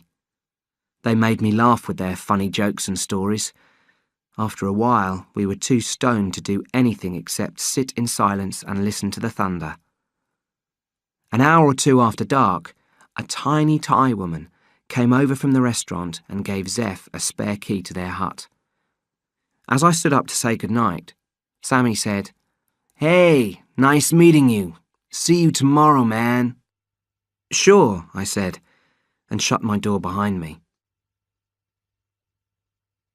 The next morning, the sky was still cloudy. Rubbing the sleep from my eyes, I walked over the cool sand to the restaurant and found Etienne and Françoise eating breakfast. I ordered a fruit salad and sat down with them. "Who did you meet last night?" asked Etienne as I pulled up a chair. "We saw you talking outside your hut." I pulled out a cigarette to kill time before breakfast arrived. "A couple of Americans, Zeph and Sammy." Françoise nodded. "Did you tell them about our beach?" "No." I lit my cigarette. "I didn't." "You shouldn't tell people about our beach." "I didn't tell them." "It should be a secret." "That's why I didn't tell them, Françoise," I answered. Etienne interrupted, smiling nervously. "She was worried you might have—" "I didn't even think of it," I replied, annoyed, and put out my cigarette hard. When breakfast came, I made an effort to relax and told them some of the Americans' jokes. Françoise thought they were extremely funny. Her laughter improved the atmosphere, and we began making plans for the day ahead. We decided that we had to hire a boat. We couldn't hire one from the normal travel agencies because tourists weren't allowed to go to the islands in the marine park. Instead, we would need to find a fisherman who was unaware or unconcerned about the marine park rules. After breakfast, we set off up the beach. It didn't take us long to find a fisherman who agreed to take us to the marine park. "That can be arranged," he said, smiling at us. "Of course, yes. Not difficult for me to do that." He looked at the map in Etienne's guidebook. "Actually, my friend, your book is not correct. You can stay Copelong 1 night, 2 nights is okay, but this island, you can only stay 1 night. He took Etienne's book and pointed to an island close to Copelong. Etienne looked at me and smiled. From my memory of Mr. Duck's map, the island that the fisherman was pointing at was next to our beach island. "Okay," said Etienne. "But we want to stay more than 1 night. That is possible?" The fisherman looked over his shoulder. "Yes," he whispered, "but it's more money. You understand?" Etienne and the fisherman eventually agreed a price for the boat ride, and we arranged to meet him at 6 the next morning in the restaurant. He would take us to the island next to our beach island, and 3 nights later he would collect us and bring us back to Koh Samui. That left us with a couple of problems. How were we going to get to our beach island? And if we did manage to get there, we would be missing when the fisherman came to collect us. Etienne and Françoise seemed much less concerned about these problems than I was. They had a simple solution to the first problem. We would swim. By examining Mr. Duck's map and the map in their guidebook, they decided that the islands were about 1 kilometre apart. According to them, we could swim that distance. I wasn't so confident, remembering the diving game from the day before. The tide had pulled us a long way down Chaweng Beach as we swam. If the same thing happened between the islands, the length of the swim could double. Sunset was marvellous that evening. Etienne, Françoise and I were lying on the beach watching the red sky gently fading to deep blue when Zeph and Sammy came over to join us. We all got stoned together and went on watching the changing colours in the sky as if we were watching television. "Hey," Zeph said, waking us from our dreams. "Have you heard the story about the beach?" I shook my head. "An amazing beach hidden somewhere, but no one knows where it is." "No," I said, "we haven't. Tell us." "Okay," said Zeph, and lay back on the sand. "Close your eyes and think about a lagoon. hidden from the sea and passing boats by a high, curving wall of rock.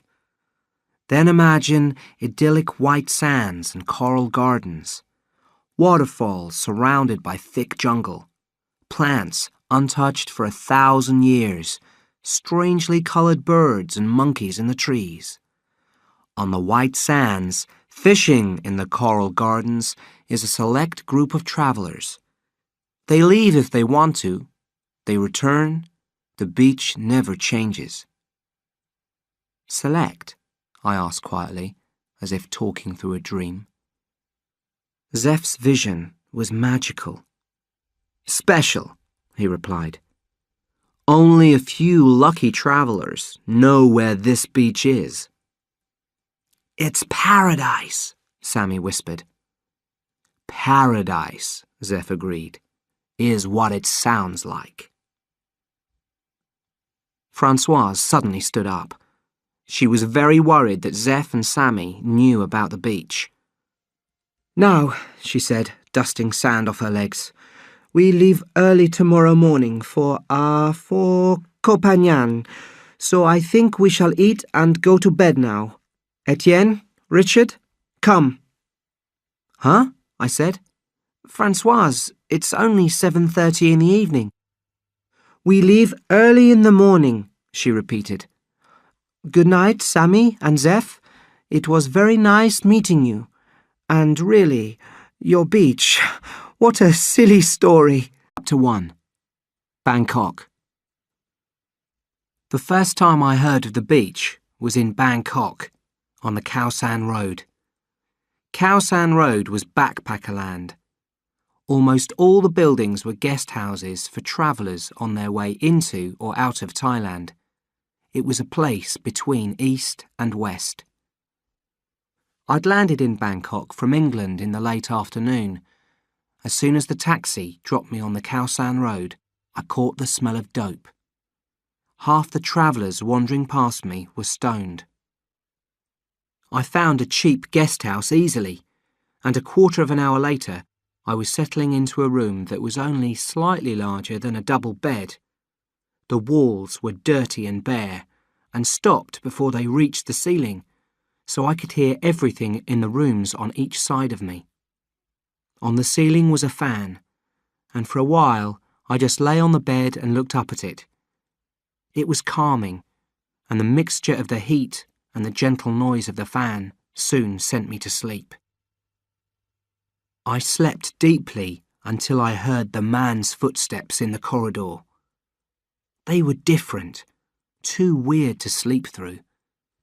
They dragged on the floor, and a stream of British swear words floated into my room as the man tried to unlock his door. Then his light came on, and frowning, I looked at my watch. It was 2 a.m, early evening in England, and I wondered if I would ever manage to get back to sleep. The man coughed. Then I heard him rolling a joint. Soon there was blue smoke caught in the light above the dividing wall. "Bitch," said a voice suddenly. "I could be dead." The voice paused while the man coughed. I was wide awake now. "Cancer in the coral, blue water, my beach. Nearly killed me," the man continued. He had an accent, but at first I couldn't think where he came from. "Beach," he said again, spitting out the word. A Scottish accent. Beach. Then suddenly the man's head appeared in the gap between my wall and the ceiling. "Hey," he said. I didn't move. I was sure he couldn't see me. "Hey, I know you're listening in there. I know you're awake. Here." Something sailed through the darkness and landed on my bed. The joint he'd been smoking. I grabbed it to stop it burning the sheets. Holding up the joint, I asked, "Do you want this back?"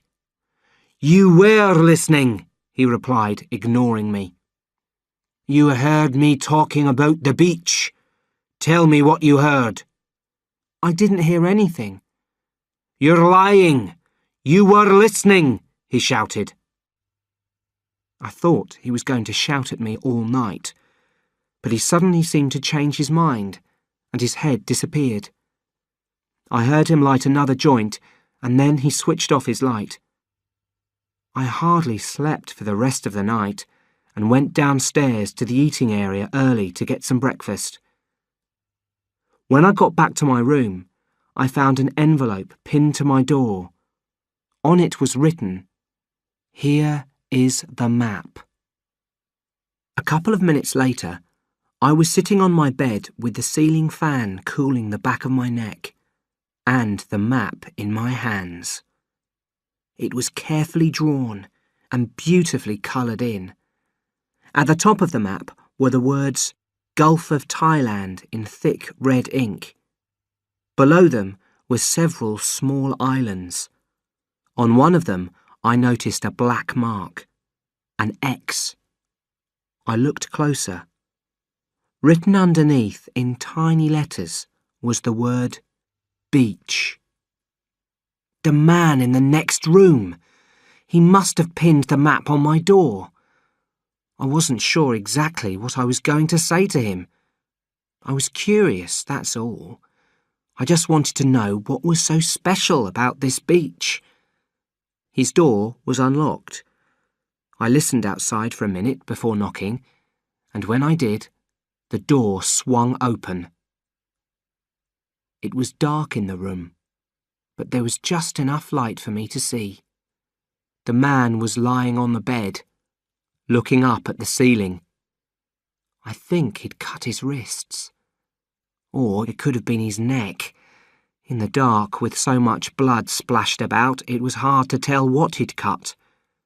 But I knew he'd done the cutting. There was a knife in his hand. I stood still, staring at the body for a couple of minutes. Then I went to get help.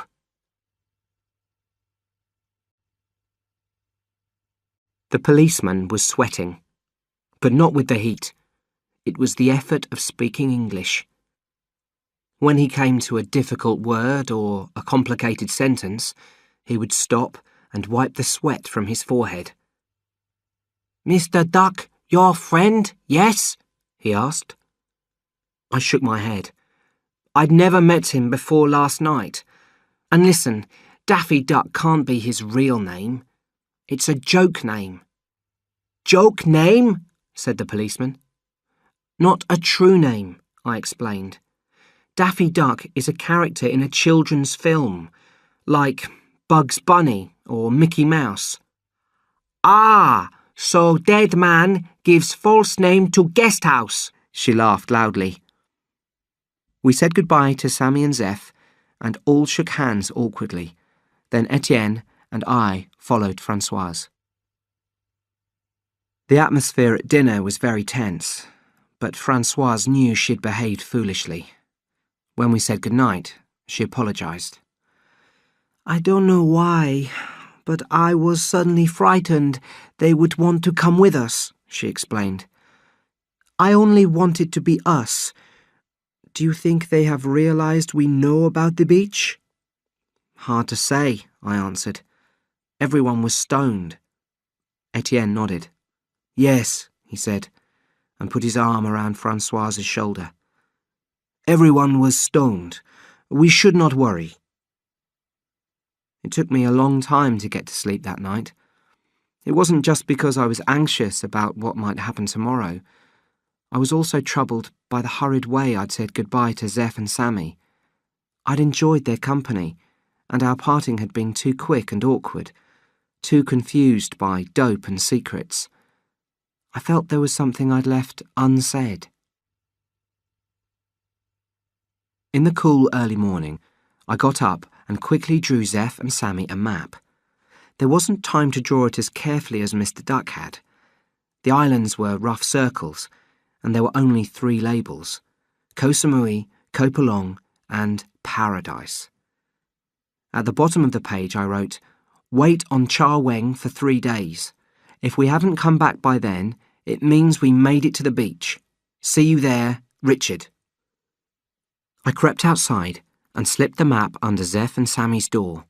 Then I got my backpack, locked my hut, and went to the restaurant to wait for Etienne and Françoise. Chapter 3.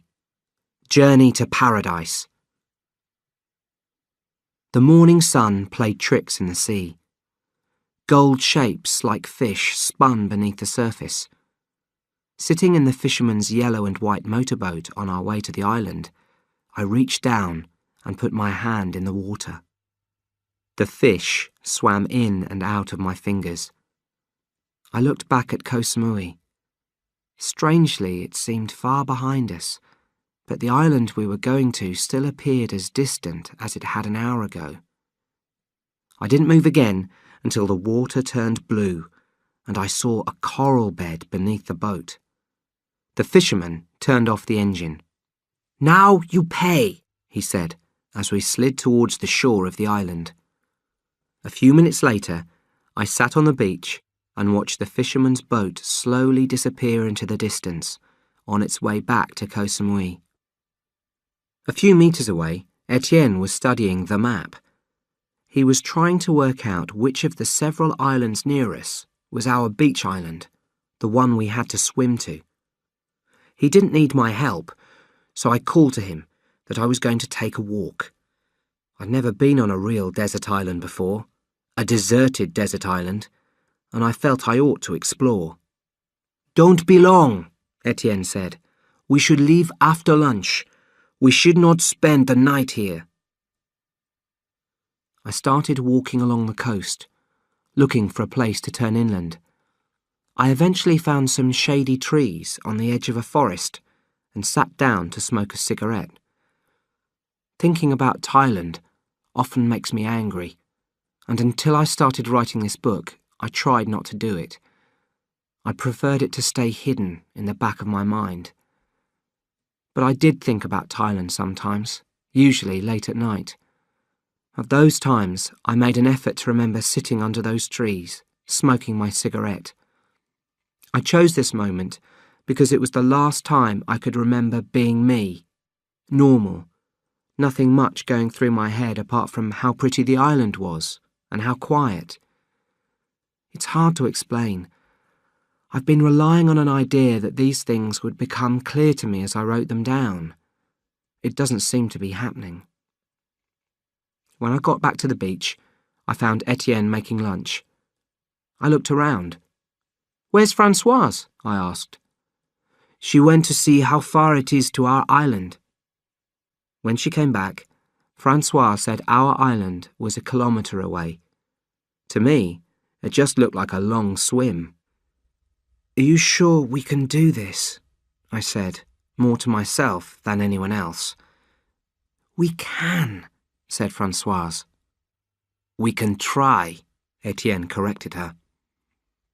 We each took a few essential things from our backpacks and put them in strong plastic bags.